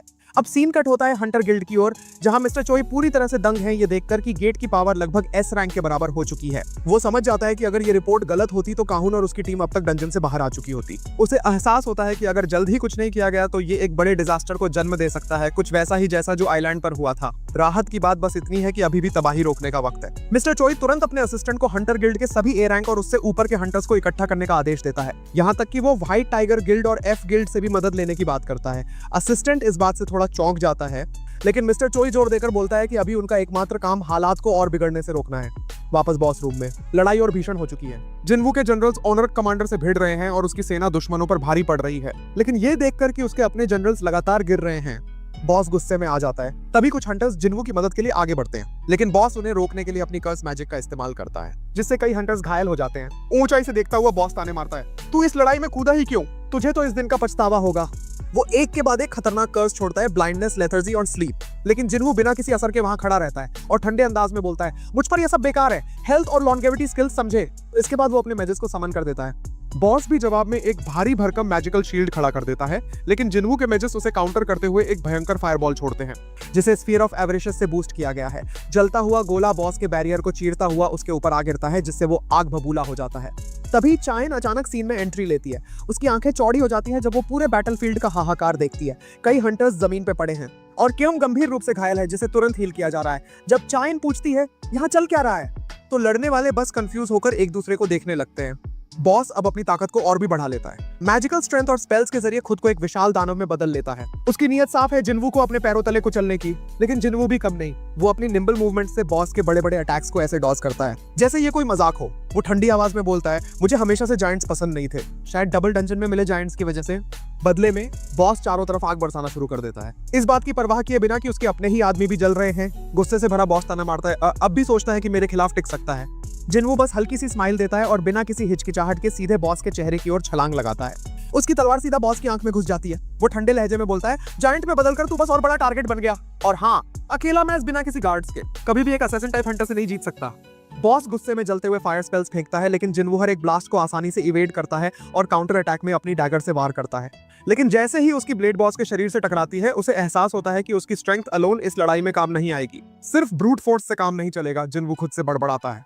तभी वो अपने रूलर्स हैंड को समन करता है और पास रखी चेन्स को एक तेज और सटीक मूव से उठाकर बॉस को जकड़ लेता है, एक ही झटके में। जिन्वू उसे पूरी ताकत से घुमाकर जमीन पर पटक देता है, जिससे वो मॉन्स्टरस बॉस पूरी तरह से लड़खड़ा जाता है। इसी बीच जिनेल वहां पहुंचता है और सामने का नजारा देखकर ठहर जाता है। वो चाइन की तरफ मुड़कर बोलता है, मैं तुम्हारी मदद के लिए आया था जब बाहर से इतनी जबरदस्त मैजिक एनर्जी महसूस की, लेकिन अब लगता है मेरी जरूरत नहीं है। यहाँ तक कि सर्वेलेंस टीम का हेड भी जिन्वू की ताकत को एक्नॉलेज कर रहा है। चाइन खुद से सोचती है। वो जिनेल से पूछती है, तुम्हें क्या लगता है जिन्वू के बारे में? जिनेल हल्के से कंधे उचकाता है और बोलता है, सच कहूं तो मैं उसे अच्छे से जानता भी नहीं। वहीं दूसरी तरफ जिनवू जमीन पे पड़े घायल बॉस को देखता है और बोलता है, तेरी किस्मत उसी वक्त तय हो गई थी जब तेरे गार्ड्स ढेर हो गए थे। बॉस गुस्से में दहाड़ता है, पर जिनवू अभी खत्म नहीं हुआ था। वो अपने फॉलन गार्ड्स की स्पिरिट्स को बुलाता है और डिसाइसिव ब्लोज का जबरदस्त आदान प्रदान शुरू हो जाता है। कुछ ही पलों में बॉस के चेहरे पर डर साफ झलकने लगता है, क्योंकि उसकी आंखों के सामने उसके ही पूर्व जनरल्स उसे खत्म करने के लिए आगे बढ़ रहे थे। नहीं, बॉस की चीख गूंजती है और अगले ही पल उसकी कहानी खत्म हो जाती है। जिनवू जैसे ही जीत हासिल करता है, उसे अंदर से एक जबरदस्त पावर सर्ज महसूस होती है। वो कुछ लेवल्स असेंड कर जाता है और बिना देरी किए बॉस की सोल एक्सट्रैक्ट करने लगता है। क्या उसने बॉस की सोल को एक्सट्रैक्ट कर लिया? चारों तरफ मौजूद लोग सदमे में पड़ जाते हैं। जिनवू थोड़ा मुस्कुराता है और मजाकिया अंदाज में बोलता है, अच्छा तो अब ये बहुत ज्यादा डोसाइल बन गया। जब एक्सट्रैक्शन पूरा होता है, उसे एहसास होता है कि वो बॉस को नाम दे सकता है, लेकिन क्योंकि उसका असली नाम उसे याद नहीं आता, वो उसे फैंग नाम दे देता है। जब वो फैंग्स एसेंस इंस्पेक्ट करता है, उसे पता चलता है कि ये एलीट नाइट रैंक की क्लासिफिकेशन रखता है, एक ऐसा रैंक जो उसने पहले कभी नहीं देखा था। इंटरेस्टिंग, लगता है ये सच में रेयर फाइंड है, जिनवू खुद से सोचता है। वहीं दूसरी तरफ जिनेल सामने कदम बढ़ाता है। जिनवू इतना सोल एक्सट्रैक्शन में इंग्रोस था कि उसे जिनेल के अराइवल का एहसास भी नहीं हुआ था। बाकी हंटर्स अचानक शोर मचाने लगते हैं, ये जानने के लिए कि आखिर यहाँ हुआ क्या। लेकिन तभी जिनेल की टीम बीच में आकर ऐलान करती है, जिनवू इस वक्त एसोसिएशन का टॉप सीक्रेट है, जो भी आज देखा उसे कोई लीक नहीं करेगा। वो समझाते हैं कि जिनवू ने एस रैंक हंटर की पावर केवल सभी को बचाने के लिए अनलीश की थी। इसके बाद जिनेल और उसकी टीम जिनवू को एस्कॉर्ट करके वहां से ले जाने लगती है, लेकिन जाने से पहले केओम और उसके साथी दिल से जिनवू का शुक्रिया अदा करते हैं। जिनवू बदले में हीलर्स बिल को वापस लौटाता है और फिर निकलने लगता है। चायन उसे रोकने के लिए आगे बढ़ती है, लेकिन तभी स्पेक्टिकल्ड मेज बीच में आकर पूछ लेता है, तुम ये पिकैक्स क्यों लेकर घूम रही हो? चायन झेप जाती है और सोचती है कि अगर जिनवू ने मुझे ऐसे देख लिया तो वो मुझे अजीब समझेगा। मेज हैरानी से पूछता है, तुम किसकी बात कर रही हो? चायन सिर झुका लेती है और धीरे से बोलती है, कोई नहीं। दूसरी तरफ मिस्टर चॉय को इस पूरी घटना की रिपोर्ट मिलती है और जिनवू की डिस्प्लेड एबिलिटीज देखकर वो दंग रह जाता है। वो जिमू की तरफ देखता है और पूछता है, जिनवू की ताकत को तुम्हारी ताकत से कंपेयर किया जाए तो क्या लगता है? जिमू गहरी सांस लेकर बोलता है, टिपिकल रेड्स में कई हंटर्स की जरूरत पड़ती है, पर जिनवू अकेले ही पूरे सिस्टम को चैलेंज कर रहा है। फिर वो सीधे मिस्टर चॉय को घूरते हुए एक चुनौती भरा सवाल करता है, क्या आपको सच में लगता है कि वो दुनिया के सबसे मुश्किल डंजन को अकेले कॉन्कर कर सकता है? मिस्टर चॉय हल्की मुस्कान के साथ जवाब देता है, मुझे शक है। फिर वो मजाक में बोलता है, शायद अब अल्टीमेट हंटर का मेरा टाइटल सिर्फ एक मजाक बनकर रह गया है। जैसे ही मिस्टर चॉय वहां से निकलने लगता है, जिमू उसके पीछे से बोलता है, जिनवू को रिक्रूट करना हमारी पहली प्रायोरिटी होनी चाहिए। मिस्टर चॉय सिर हिलाता है और बोलता है, मैं पूरी कोशिश करूंगा। इस बीच जिनवू लियो से मिलता है। गिल्ड मास्टर के साथ क्या हुआ? जिनवू पूछता है। लियो उसे पूरी डिटेल्स बताने लगता है। सीन बदलता है हंटर एसोसिएशन पर। वहां एक नया शोर सुनाई दे रहा है, क्योंकि ली मिनसंग नाम का एक फेमस एक्टर अभी अभी हंटर के रूप में अवेकन हुआ है। मीडिया उसके चारों तरफ इकट्ठा हो गई है ब्रेकिंग न्यूज कवर करने के लिए। मिनसंग सबकी अटेंशन को एंजॉय करता है और खुद से सोचता है, आज का स्टार तो मैं हूँ। वो अपने न्यू फाउंड फेम में बास करने लगता है, बिल्कुल यही सोचते हुए कि अब मैं पूरी दुनिया में छा जाऊंगा। तो सीन स्टार्ट होता है जहां मीडिया पूरे इलाके में भरभरा कर आ जाती है ब्रेकिंग न्यूज कवर करने के लिए। और इधर मिनसंग भाई साहब पूरा अटेंशन एंजॉय कर रहा होता है, खुद को दिन का सबसे बड़ा स्टार समझते हुए, अपनी नई फेम की चमक में डूबा हुआ मजे में। फिर सीन शिफ्ट होता है बेक और मिस्टर चोय के हंटर एसोसिएशन में एंट्री करने पर। माहौल गरमाया हुआ है, हर कोई कानाफूसी कर रहा है कि ये लोग लियोंग को फिर से भर्ती करने आए हैं। ये सुनकर बैक पूरी तरह इरिटेट हो जाता है और बोलता है, अबे ये लियोंग कौन है बे? मिस्टर चोय बिना टाइम वेस्ट किए सीधे जवाब देता है, मैं इस फालतू बात के लिए नहीं आया। हालांकि मिस्टर चोय को ली मिनसंग के बारे में हल्की फुल्की जानकारी होती है, लेकिन वो एकदम ठंडे अंदाज में क्लियर कर देता है कि बंदा पहले ही फेंट गिल्ड के साथ डील कर चुका है और वो यहाँ किसी और मकसद से आया है। मीडिया को जब कोई मिर्च मसाला वाली हेडलाइन नहीं मिलती तो वो भी धीरे धीरे खिसकने लगती है। तभी बेक को याद आता है कि मिस्टर चोय हाल ही में एक ए रैंक डंजन को लेकर टेंशन में थे, जो कि एस रैंक तक पहुंचने वाला था। लेकिन मिस्टर चोय इसे कुछ खास बड़ा मुद्दा नहीं मानते। उनके मुताबिक ये व्हाइट टाइगर गिल्ड को रेड गेट में हुए नुकसान के सामने कुछ भी नहीं है, जहां असल में मौतें हुई थी। बेक भी हल्का सा ताना मारते हुए बोलता है, सुना है तुम तो मुझे तकरीबन हाथ जोड़कर रिक्वेस्ट करने वाले थे। लेकिन मिस्टर चोय ठंडे लहजे में बोलता है कि चीजें वैसे नहीं हुई जैसा वो सोच रहा है, और असल में सब कुछ जिनवू की वजह से बदल गया। अब तो वो इतना इंप्रेस हो गया है कि प्लान बना रहा है कि जिनवू को अपनी गिल्ड में ग्रैंड वेलकम दिया जाए। बेक भी हाँ में हाँ मिलाता है कि जिनवू ने वाकई उनकी मदद की थी। और फिर शुरू होती है दोनों की तू मैं कि आखिर जिनवू को अपनी गिल्ड में भर्ती करने का मौका किसे मिलेगा। इतने में फेंट गिल्ड का मास्टर सीन में एंट्री मारता है और पूछता है, तुम लोग ली मिनसंग को लेकर लड़ रहे हो क्या? दोनों तुरंत पलटकर जवाब देते हैं, अरे बकवास बंद कर, हमें उस बंदे से कोई मतलब नहीं है।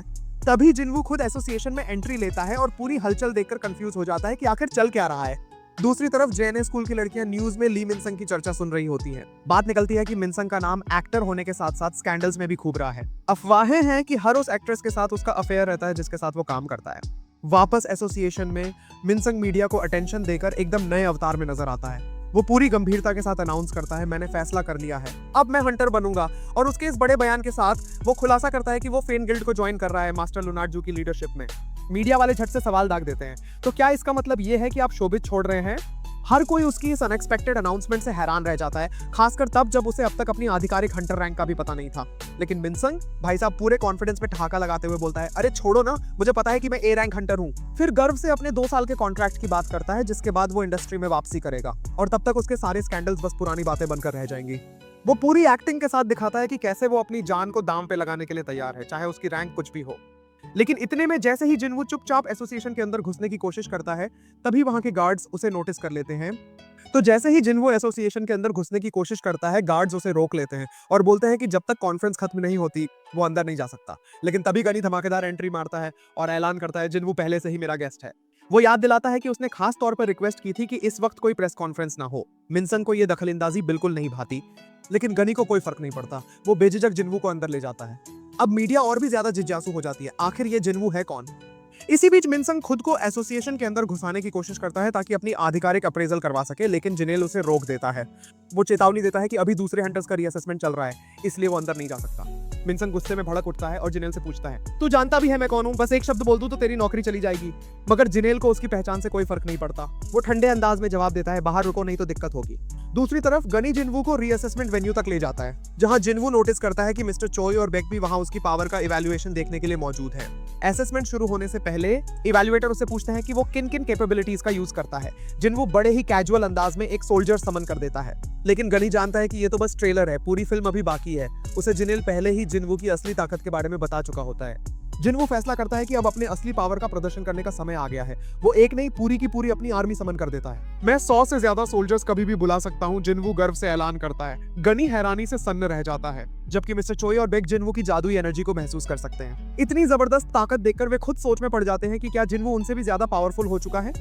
जल्द ही इवैल्यूएशन प्रोसेस पूरी हो जाती है और जिनवू को एस रैंक हंटर का लाइसेंस दे दिया जाता है।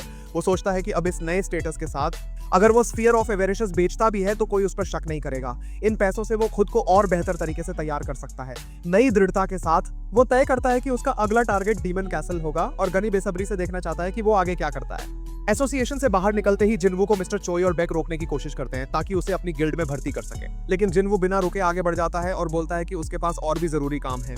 जैसे ही वो एसोसिएशन के दरवाजे से बाहर निकलता है, कैमरों की फ्लैशलाइट्स उस पर चमक उठती हैं। मीडिया वाले उसकी तस्वीरें खींचने लगते हैं। इस दौरान सोनिया जो न्यूज देख रही होती है चौंक जाती है। वो तेजी से जेना को बुलाती है, जो हैरानी से देखती है कि उसका भाई अब एक एस रैंक हंटर बन चुका है। जिनवू के सभी जानने वालों तक ये खबर पहुंच जाती है। कुछ लोग इस पर यकीन नहीं कर पाते, तो कुछ को पहले से ही अंदेशा था कि ऐसा एक न एक दिन होगा ही। एसोसिएशन में अब मीडिया का ध्यान पूरी तरह से मिनसंग से हटकर जिनवू पर आ जाता है और अब सब उसी से सवालों की बौछार करने लगते हैं। दूसरी तरफ लियो अपने डैड को यह बताते हुए निराश दिखता है कि वो जिनवू को अपनी गिल्ड में शामिल करने के लिए मना नहीं पाया। उसे याद आता है कि जिनवू ने साफ साफ उसका ऑफर ठुकरा दिया था और कहा था कि उसके पास एक पर्सनल मिशन है जिसे वो अकेले ही पूरा करेगा। जिनवू ने यह भी कहा था कि अभी किसी भी गिल्ड में शामिल होना उसके लिए रुकावट साबित होगा और उसे पहले अकेले ही मजबूत बनना होगा। और तब जिनवू ने लियो को खुद उसके साथ चलने का न्योता दिया था। प्रेजेंट में लियो अपने डैड से गुजारिश करता है कि उसे जिनवू के साथ जाने दिया जाए, लेकिन उसके डैड गुस्से में आकर उसे डांट देते हैं और बोलते हैं कि यह सरासर स्वार्थी फैसला है। वो याद दिलाते हैं कि यह पूरा प्रोजेक्ट पहले लियो के भाई को सौंपा गया था, लेकिन लियो के जोर देने पर प्लान बदला गया और अब लियो बिना कोई उपलब्धि हासिल किए सब कुछ छोड़कर जाने की जिद कर रहा है। वो लियो से पूछते हैं, क्या तुम्हें लगता है कि यह सही है? लियो जिनवू के साथ बिताए अपने पलों को याद करता है और पूरी दृढ़ता के साथ फैसला करता है उसे हर हाल में जिनवू के साथ जाना ही होगा। उधर एसोसिएशन के स्टाफ प्रेस को रोकने की कोशिश में जुटे होते हैं ताकि वो जिनवू के करीब न जा सके। गनी उसे घर तक छोड़ने की पेशकश करता है, ये तर्क देते हुए कि मीडिया से निपटना काफी थकाने वाला होगा, मगर जिनवू सिर हिला देता है, जरूरत नहीं। और फिर हैरान कर देने वाली फुर्ती से रिपोर्टर्स के बीच से निकल जाता है, अपने चेहरे को ढकते हुए। मिस्टर चोई अवाक रह जाते हैं। जिनवू की जादुई ताकत तो पहले से थी, मगर अब उसकी फिजिकल पावर भी बेमिसाल हो चुकी है। बेक तक उसकी हरकतों को अपनी आंखों से ठीक से पकड़ नहीं पाता और सोचने लगता है कि क्या जिनवू पहले से भी ज्यादा ताकतवर हो चुका है। बाद में जिनवू एक ऑक्शन हाउस में पहुंचता है, जहां वो एक कर्मचारी को बताता है कि उसे एक ऐसा आइटम चाहिए जो फायर बेस्ड हमलों से रक्षा कर सके। कर्मचारी जिज्ञासा से पूछता है, आपको इसकी जरूरत किस लिए? जिनवू जवाब देता है, मुझे एक ऐसे डंजन में जाना है जहां बहुत तेज गर्मी होगी। स्टाफ उसे कुछ क्लॉक्स और रिंग्स दिखाता है जो उसकी जरूरतों के हिसाब से ठीक ठाक हैं, मगर दाम उसके बजट से ज्यादा हैं। वो सोचता है कि क्या कुछ मोलभाव हो सकता है, लेकिन स्टाफ उसे सूचित करता है कि यहाँ कीमतें तय होती हैं। तभी मजाक में एक कर्मचारी कह देता है, अगर आप हमारे प्रोटेक्टिव ग्लास केस को तोड़ पाए तो ये आइटम आपको मुफ्त में मिल सकता है। जिनवू चौंक जाता है और एक पल के लिए सच में उसे तोड़ने का मन बना लेता है। जैसे ही वो मुक्का मारने के लिए हाथ उठाता है, कर्मचारी जल्दी से बोलता है, अरे मजाक कर रहा था, ये ग्लास इतना मजबूत है कि हल्की सी कंपन से भी अलार्म बज जाएगा। कर्मचारी हंसते हुए माफी मांगता है, मगर जिन्वू थोड़ी झुंझलाहट महसूस करता है। वो सीधे बोलता है, ठीक है, मुझे कुछ अच्छे हथियार दिखाओ। आर्मर स्पेशलिस्ट उसे एक तरफ ले जाता है और तभी एक अन्य कर्मचारी चौंक कर देखता है कि जिन्वू के बिना छुए भी ग्लास पर एक हल्की दरार पड़ चुकी है। आर्मर स्पेशलिस्ट में एक भारी भरकम छोटी तलवार जिन्वू के सामने रखी जाती है और वो उसकी प्राइस देखकर अविश्वास से भर जाता है। इतनी ऊंची प्राइस होने के बावजूद इसकी ताकत बस कसाका वेनम फैंग जितनी ही लग रही थी। तब जिन्वू अपनी पर्सनल स्टोरेज से कसाका डैगर निकालता है और स्टाफ से पूछता है, ये बाजार में कितने में बिक सकता है। स्टाफ आत्मविश्वास से जवाब देता है, कम से कम 100 मिलियन गोल्ड। जिन्वू एकदम चौंक जाता है, उसे ये डैगर सिर्फ 2.8 मिलियन गोल्ड में मिला था। वो सोचने लगता है कि उसकी स्टोर से खरीदी गई चीजें अविश्वसनीय रूप से प्रेशियस हैं। अब उसे लगने लगता है कि शायद स्फीयर ऑफ एवेरिशस बेचने की जरूरत ही नहीं पड़ेगी। थोड़ा सोचने के लिए वो बाथरूम में चला जाता है। सीन बदलता है। अब हम व्हाइट टाइगर गिल्ड के हेडक्वार्टर्स में हैं। बेक जिन्वू की अपार पावर पर विचार कर रहा होता है। वो सोचता है कि शायद उसका सेकंड अवेकनिंग काफी पहले ही पूरा हो चुका था, मगर फिर भी वो लगातार मजबूत होता जा रहा है। क्या उसने अभी तक जिन्वू को गलत नजरिए से देखा था? क्या जिन्वू ऐसा हंटर है जो अनंत रूप से ताकतवर होता जा सकता है? दूसरी तरफ जिन्वू के घर में जेना राहत की सांस लेती है। वो देखती है कि मीडिया ने आखिरकार उनके घर के बाहर जमावड़ा लगाना बंद कर दिया है। अब मैं आराम से स्कूल जा सकती हूँ, वो खुशी से बोलती है। जिन्वू सोचता है कि शायद एसोसिएशन ने उनकी प्राइवेसी सुनिश्चित करने के लिए कोई कदम उठाया होगा। वो हल्की मुस्कान के साथ जेना की ओर देखता है, मगर क्या सच में मीडिया इतनी आसानी से पीछा छोड़ देगी? जिन्वू घर पे बैठकर टीवी देख रहा होता है जब जेना मजाक में बोलती है, भैया अगर चाहो तो तुम टीवी पर भी आ सकते हो। मगर फिर वो जल्दी से विनती करने लगती है, लेकिन प्लीज मुझे इसमें मत घसीटना। जिन्वू हल्का सा कंधे उचकाता है, ये मेरे हाथ में नहीं है। फिर अचानक बोलता है, कल से मैं 1 हफ्ते के लिए बाहर रहूंगा। जेना चौंक जाती है, 1 हफ्ते? पर क्यों? उसी वक्त दरवाजे पर दस्तक होती है। जब जेना दरवाजा खोलती है तो सामने लियो खड़ा होता है। वो थोड़ा संकोच से पूछती है, क्या तुम मेरे भाई के दोस्त हो? लियो गर्व से मुस्कुराते हुए बोलता है, मैं दोस्त नहीं बल्कि उनका राइट हैंड मैन हूँ। जिन्वू हंसते हुए बात संभालता है, मैं इस हफ्ते लियो के साथ काम करने वाला हूँ। लियो पहले तो उलझन में पड़ जाता है, मगर जिन्वू की हल्की कोहनी मारने पर वो तुरंत बात समझ जाता है और बिना कुछ पूछे हामी भर देता है। रात का समय। लियो गहरी नींद में जिन्वू के कमरे में सो रहा होता है, जबकि जिन्वू चुपचाप उठकर जेना पर नजर डालने जाता है। वो सोचता है कि शायद अब चीजें नॉर्मल हो रही हैं, मगर अब जब हर कोई जान चुका है कि वो एक एस रैंक हंटर है, तो उसे सुरक्षा को लेकर और सतर्क रहना होगा। वो अपने फैंग गार्ड्स को समन करता है, मगर तुरंत नोटिस करता है कि केवल 3 ही प्रकट हुए हैं। चौथा गार्ड कहाँ है? एक गार्ड जवाब देता है, सर वो गार्ड आपकी पिछली लड़ाई में छत से टकराकर गिर गया था और उसकी शैडो एक्सट्रैक्शन असफल रही। जिन्वू हल्का सा मुस्कुराता है, कोई बात नहीं, 3 काफी हैं। फिर वो 2 साधारण सोल्जर्स को भी बुलाकर जेना की सुरक्षा के लिए तैनात कर देता है। इसके बाद जिन्वू छत पर जाता है और अपने सोल्जर्स को मोहल्ले की सुरक्षा बढ़ाने का ऑर्डर देता है।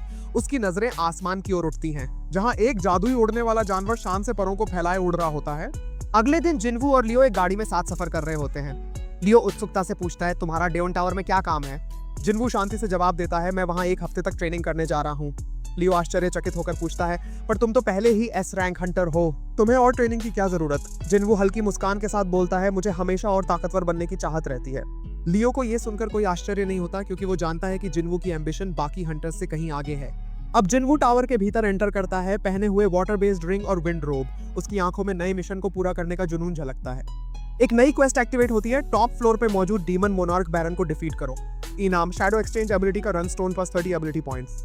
जिन्वू रोमांच से भर उठता है और तुरंत 27वीं मंजिल पर टेलीपोर्ट कर जाता है। दूसरी ओर लियो के मॉम डैड की चर्चा चल रही होती है। लियो की माँ चिंता में बोलती है, हमारा बेटा घर छोड़कर चला गया है। उसका डैड कंधे उचकाते हुए बोलता है, वो बड़ा हो चुका है, अपने फैसले खुद ले सकता है। मगर तभी अचानक उसका शरीर लड़खड़ाता है और वो होश खोकर गिर जाता है। जिन्वू अब एक भयानक बॉस लेवल मॉन्स्टर से भिड़ रहा होता है। तेज लड़ाई के दौरान वो फैंग को समन करता है और उसे स्फीयर ऑफ एवेरिशस पकड़ा देता है। फैंग एक पावरफुल फायर स्पेल छोड़ता है, जिससे वो राक्षस जलकर राख में बदल जाता है। जिन्वू इस सीन को देखकर प्रभावित होता है और सोचता है, मुझे सही मौके पर फैंग की ताकत यूज करने की रणनीति बनानी होगी। अस्पताल में लियो के डैड को होश आता है और वो देखता है कि लियो उससे मिलने आया है। लियो की माँ झूठ बोलती है कि उसके बेहोश होने का कारण सिर्फ ओवरवर्क था, मगर असली सच्चाई ये थी, डॉक्टर का कहना था कि लियो के डैड को एटर्नल स्लंबर डिजीज हो गया है। ये एक ऐसी बीमारी थी जिसमें इंसान इतनी अधिक नींद से घिर जाता है कि अंत में वो हमेशा के लिए सो जाता है। मगर ये बीमारी आखिर कैसे फैली? डॉक्टर ने कहा था, ये बीमारी उन लोगों को होती है जिनकी मैजिक रेजिस्टेंस कम होती है, और अगर वो किसी मैजिक एनर्जी के संपर्क में लंबे समय तक रहे तो इसकी चपेट में आ सकते हैं। तभी लियो के मॉम डैड एक दूसरे को देखते हैं और एक ही नाम उनके दिमाग में आता है, लियो। क्या लियो की पावर्स की वजह से उसके डैड को यह अजीब बीमारी हो गई थी? लियो के डैड अब तक पूरी तरह से निराश हो चुके थे। उन्होंने स्वीकार किया कि असली वजह अभी तक कंफर्म नहीं हुई थी, लेकिन इस बेरहम दुनिया में उनका बेटा शायद पूरी तरह खत्म हो चुका था। इसी बीच देश की सीमा पर हंटर्स की एक स्क्वाड गश्त लगा रही थी, जब अचानक उन्होंने उस उड़ने वाले मैजिक बीस्ट को देखा जो पहले भी नजर आया था। सभी हंटर्स वहीं ठिठक गए और हैरानी से एक दूसरे की तरफ देखने लगे। ये क्या बला है? एक हंटर बुदबुदाया। डीमन कैसल में जिन्वू ने हाल ही में कई लड़ाइयां जीतकर खुद को और भी मजबूत बना लिया था। अब वो एक अलग ही लेवल पे पहुंच चुका था। उसने अपनी आर्मी को 6 अलग अलग स्क्वाड्स में बांट दिया और उन्हें 2 सीधे सपाट ऑर्डर दिए। जो भी दुश्मन मिले उसे खत्म कर दो, जैसे ही एंट्री परमिट मिले मुझे खबर दो। हालांकि उसे इस स्ट्रेटेजी के कुछ नुकसान का अंदाजा था, इससे वो लूट नहीं इकट्ठा कर पाएगा क्योंकि उसके सोल्जर सिर्फ टारगेट पे फोकस करेंगे, मगर फिर भी ये तरीका ज्यादा इफेक्टिव था। लेकिन जैसे जैसे वो एडवांस्ड फ्लोर पे पहुंचा उसकी स्पीड अचानक कम होने लगी। ये हो क्या रहा है, वो सोच ही रहा था कि तभी उसने अपने एमपी मैजिक पॉइंट्स में जबरदस्त गिरावट नोटिस की। कोई मेरे सोल्जर्स को खत्म कर रहा है, और वो भी लगातार। उसने तुरंत अपनी टीम्स को वापस बुलाया और खुद इस मामले की जांच करने निकल पड़ा। जब जिनवू वहां पहुंचा तो उसने देखा कि उसकी टीम भी बुरी तरह घायल पड़ी थी। कौन हो सकता है, उसने सोचा।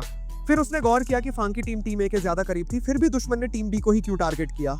इसका मतलब दुश्मन को पता था कि फांग को हराना नामुमकिन है, इसलिए उसने कमजोर शिकार चुना। जिनवू को तुरंत समझ आ गया कि अगला टारगेट कौन होगा, आइस बियर स्क्वाड। और ठीक उसी वक्त डीमन नाइट्स का एक झुंड आइस बियर्स पे टूट पड़ा। वे ऐसे मारकाट मचा रहे थे जैसे बियर्स उनके लिए कोई खिलौने हो। जिनवू स्टील्थ मोड में ये सब देख रहा था। वो कुछ देर और देखने के मूड में था, लेकिन फिर उसने स्टील्थ हटा दिया। अब बहुत हुआ।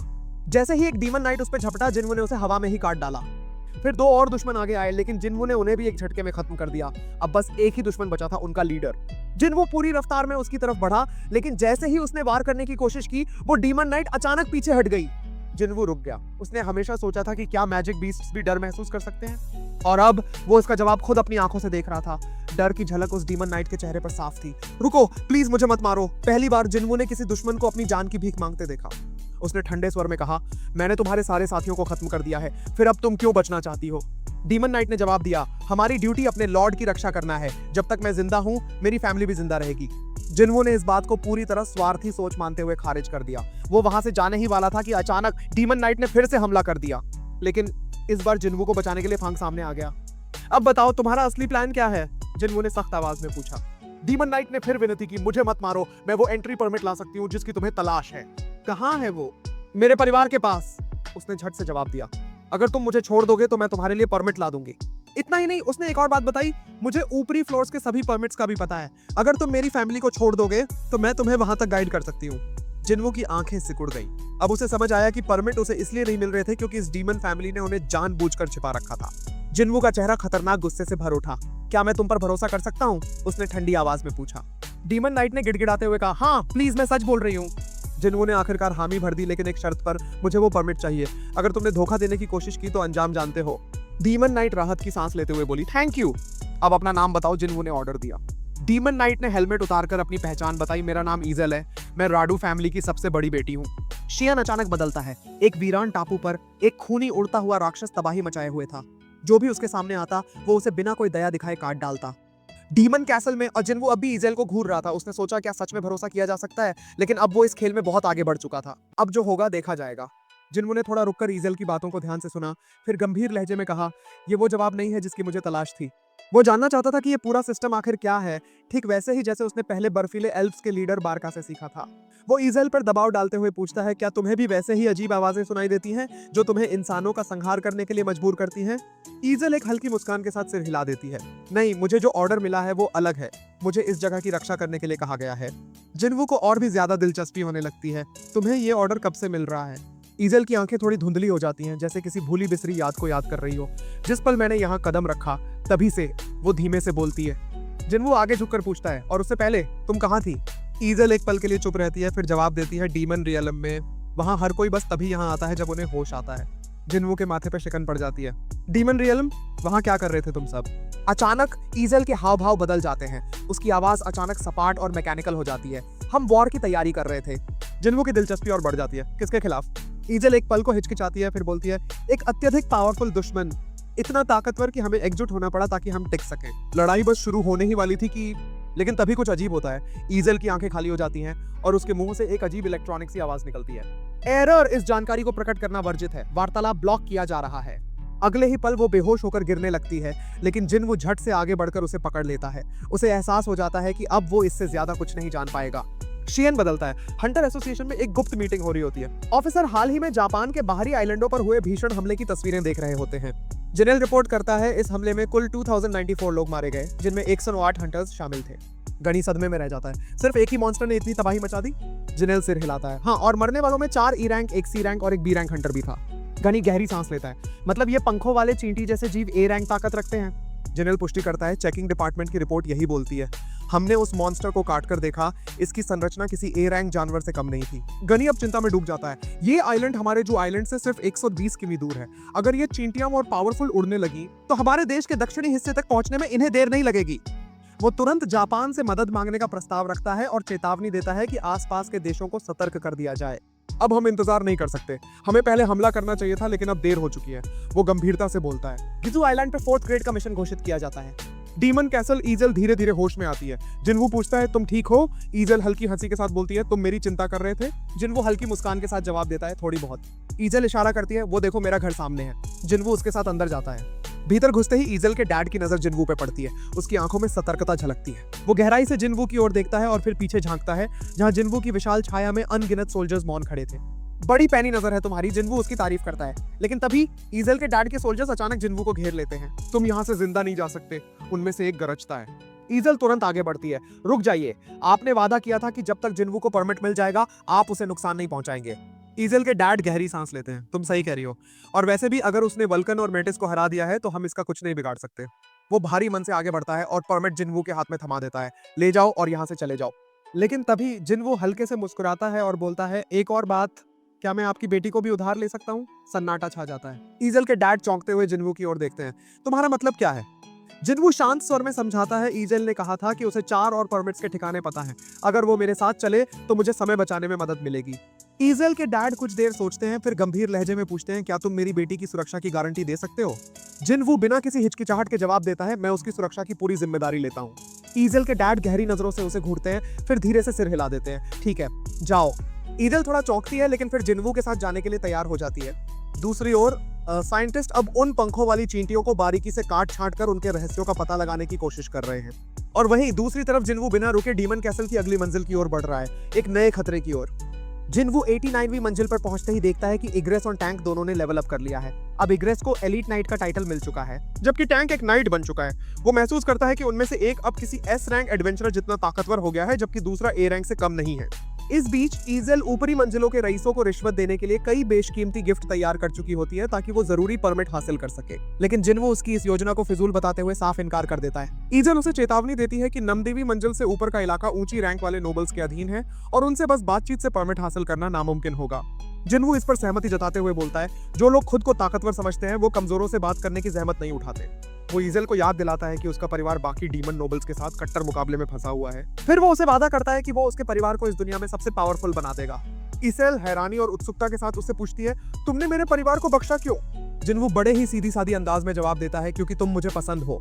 उसके ये शब्द सुनकर ईजल के चेहरे पर हल्की लाली दौड़ जाती है और वो थोड़ा शर्मिंदा हो जाती है। जिन्वू मुस्कुराता है और सोचता है कि वो सच में सीधे साधे लोगों के साथ अच्छी तरह घुल मिल जाता है, ठीक वैसे ही जैसे जिन्हो के साथ। इसके बाद वो ईजल से बोलता है कि अब उसे अपने घर लौट जाना चाहिए। तुम खुद ही कह रही थी कि आगे की राह और भी मुश्किल होगी। मैं तुम्हें इस खतरे में नहीं डाल सकता।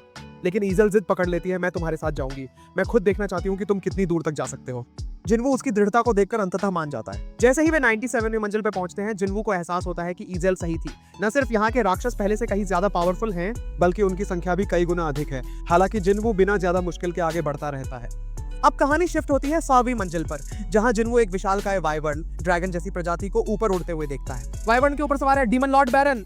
जिन्वू उस असीम पावर को महसूस करता है जो बैरन से निकल रही होती है। एक पल के लिए वो खुद से पूछता है क्या मैं इसे हरा सकता हूँ? ईजल डर से कांपने लगती है। जिन्वू जल्दी ही समझ जाता है कि बैरन को सीधे हवा में टक्कर देना नामुमकिन होगा। उसे पहले बैरन को जमीन पे लाना होगा, नहीं तो ये लड़ाई बेहद मुश्किल हो जाएगी। बैरन एक जबरदस्त गर्जना के साथ आसमान की ओर उड़ता है और अपने मिनियंस को जिन्वू पर हमला करने का ऑर्डर देता है। ईजल घबरा जाती है, अब क्या होगा? लेकिन जिन्वू बिना देर किए अपनी पूरी आर्मी को समन कर लेता है। मोनार्क डोमेन की वजह से अब उसके सोल्जर्स पहले से भी ज्यादा ताकतवर हो चुके हैं। वो बैरन के राक्षसों से भिड़ जाते हैं और कुछ ही पलों में उन्हें पूरी तरह खत्म कर देते हैं। ईजल दंग रह जाती है, लेकिन फिर भी उसके मन में एक सवाल घूमता रहता है, क्या जिन्वू वाकई बैरन को हरा सकता है? तभी बैरन अचानक से आकाश में चमकती हुई बिजली बुलाता है। एक जबरदस्त झंझावात के साथ आसमान से बिजली की बारिश होने लगती है। जिन्वू के सोल्जर्स इसकी चपेट में आकर गिरने लगते हैं और उसका मैना भी तेजी से खत्म हो रहा होता है। ईजल भी इस तबाही के बीच फंस जाती है, लेकिन जिन्वू उसे तुरंत बचा लेता है। ये साधारण बिजली नहीं है, जिन्वू खुद से बोलता है। ये एक वाइड रेंज अटैक है जो मुझे बार बार हिट करता रहेगा। अगर मैंने कुछ नहीं किया तो मेरी पूरी सेना खत्म हो जाएगी। जिन्वू तेजी से बैरन की ओर भागता है, डैश और स्टेल्थ स्किल्स का यूज करके सीधे वाइवर्न को निशाना बनाता है। लेकिन बैरन की निगाहें बेहद पैनी होती हैं। वो आसानी से जिन्वू के हमले को रोक देता है। जिन्वू हैरान रह जाता है, उसने मेरी स्टेल्थ डिटेक्शन को कैसे भांप लिया? बैरन तेजी से पलटवार करता है और जिन्वू को जमीन पर फेंक देता है। फिर वो एक होमिंग लाइटनिंग ब्रेथ छोड़ता है जो सीधे जिन्वू की तरफ बढ़ती है, लेकिन तभी एन मौके पे फेंग जिन्वू को बचा लेता है। इससे पहले कि बैरन दोबारा हमला कर सके, इग्रेस अपनी तलवार निकालता है और एक ही वार में वाइवर्न का सिर धड़ से अलग कर देता है। बैरन जमीन पर आ गिरता है और जिन्वू एक गहरी सांस लेता है। आखिरकार अब मुझे बार बार आसमान की तरफ देखने की जरूरत नहीं पड़ेगी। शीन अब बदलता है हंटर एसोसिएशन में, जहां जापान की ड्रॉ स्वॉर्ड गिल्ड के मास्टर गोटो रयूजी का आगमन होता है। उनके साथ उनके इंटरप्रेटर हनाकावा भी होते हैं। गोटो का नाम सुनते ही गिल्ड के कुछ सदस्य चर्चा करने लगते हैं। ड्रॉ स्वॉर्ड गिल्ड पूरे जापान में सबसे बड़ी गिल्ड्स में से एक है। उसमें 11 रैंक हंटर्स हैं। गोटो की उपस्थिति इतनी प्रभावशाली होती है कि वहां मौजूद सभी हंटर्स उनकी आभा से प्रभावित हो जाते हैं। हनाकावा धन्यवाद देते हुए बोलते हैं, हम आभारी हैं कि आपने हमारी रेड टीम के प्रस्ताव को स्वीकार किया, लेकिन क्या जिन्वू इस मिशन का हिस्सा होगा? हनाकावा समझाती है कि उनकी रिसर्च, जो विंगेंट्स की जानकारी और उनके शरीर की जांच पर आधारित थी, ने मिशन के लिए 2 अहम बातें उजागर की हैं।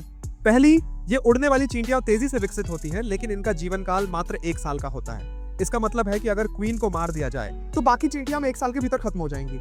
दूसरी, एंट्स जादुई एनर्जी की ओर बेहद आकर्षित होती हैं। पिछले 3 छापों के रिकॉर्ड के आधार पर रिसर्चर्स ने पाया कि जब भी कोई पावरफुल जादुई एनर्जी उत्पन्न होती है तो ये चींटियां उसी दिशा में उमड़ पड़ती हैं। हनोर इस गुण को रणनीति के लिए अहम मानता है और गणी इससे सहमत होता है। इसके बाद हनाकावा गोटो के लिए अनुवाद करती है और समझाती है कि उनकी गिल्ड अपने 11 में से 10 एस रैंक हंटर्स को मैदान में भेजेगी। इनका काम चींटियों को लुभाना होगा, जबकि कोरियाई हंटर्स क्वीन एंट को खत्म करेंगे। हालांकि जिनेल को इस योजना पर संदेह होता है। वो चेतावनी देता है कि जापानी हंटर्स को हजारों एंट से सीधा मुकाबला करना पड़ सकता है, लेकिन गू निश्चिंत रहता है। उसका कहना है कि हंटर्स केवल चारा बनेंगे, उनसे असली लड़ाई की उम्मीद नहीं की जा रही। उनका एआई सिमुलेशन भी इस योजना को सबसे प्रभावी बता रहा है। गणी आखिरकार इस रणनीति को मंजूरी दे देता है। डीमन कैसल में जिन्वू की शैडो आर्मी राक्षसों से जमकर भिड़ रही थी और खुद जिन्वू भी बिना रुके लड़ रहा था। उसे मुश्किल से समय मिला अपनी मेना पोशन पीने का, लेकिन फिर भी उसकी एमपी तेजी से खत्म हो रही थी। इस दौरान आइगेस आयरन और फांग बैरन से टकरा रहे थे, जो उनकी हर चाल को आसानी से नाकाम कर रहा था। जिन्वू का वार भी बेकार चला जाता है और तभी बैरन एक खौफनाक पल में जिन्वू का सिर पकड़ लेता है, उसे खत्म करने के लिए तैयार। लेकिन ठीक उसी समय आइगिस बीच में आ जाता है और बैरन की तलवार रोक लेता है। जिन्वू को मौका मिल जाता है, वो झट से बैरन का एक हाथ काट देता है, जबकि आइगिस दूसरा हाथ भेज देता है। शैडो आर्मी उसे दबोच लेती है, लेकिन गुस्से में बैरन बिजली का भीषण हमला करता है, जिससे जिन्वू की सेना का एक बड़ा हिस्सा नष्ट हो जाता है।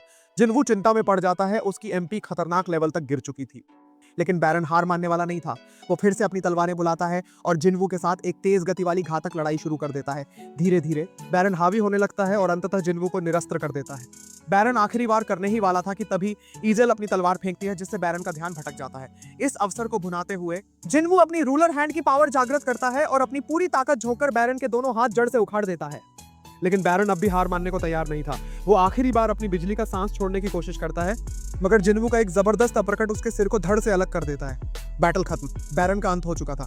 जिन्वू उसकी आत्मा को अवशोषित करता है, जिससे उसकी सोल कलेक्शन क्वेस्ट पूरी हो जाती है। इसके बाद वो ईजेल को ऑर्डर देता है कि वो अपने डैड को यह संदेश दे, राडारो फैमिली अब इस टावर की सर्वोच्च पावर बनने वाली है।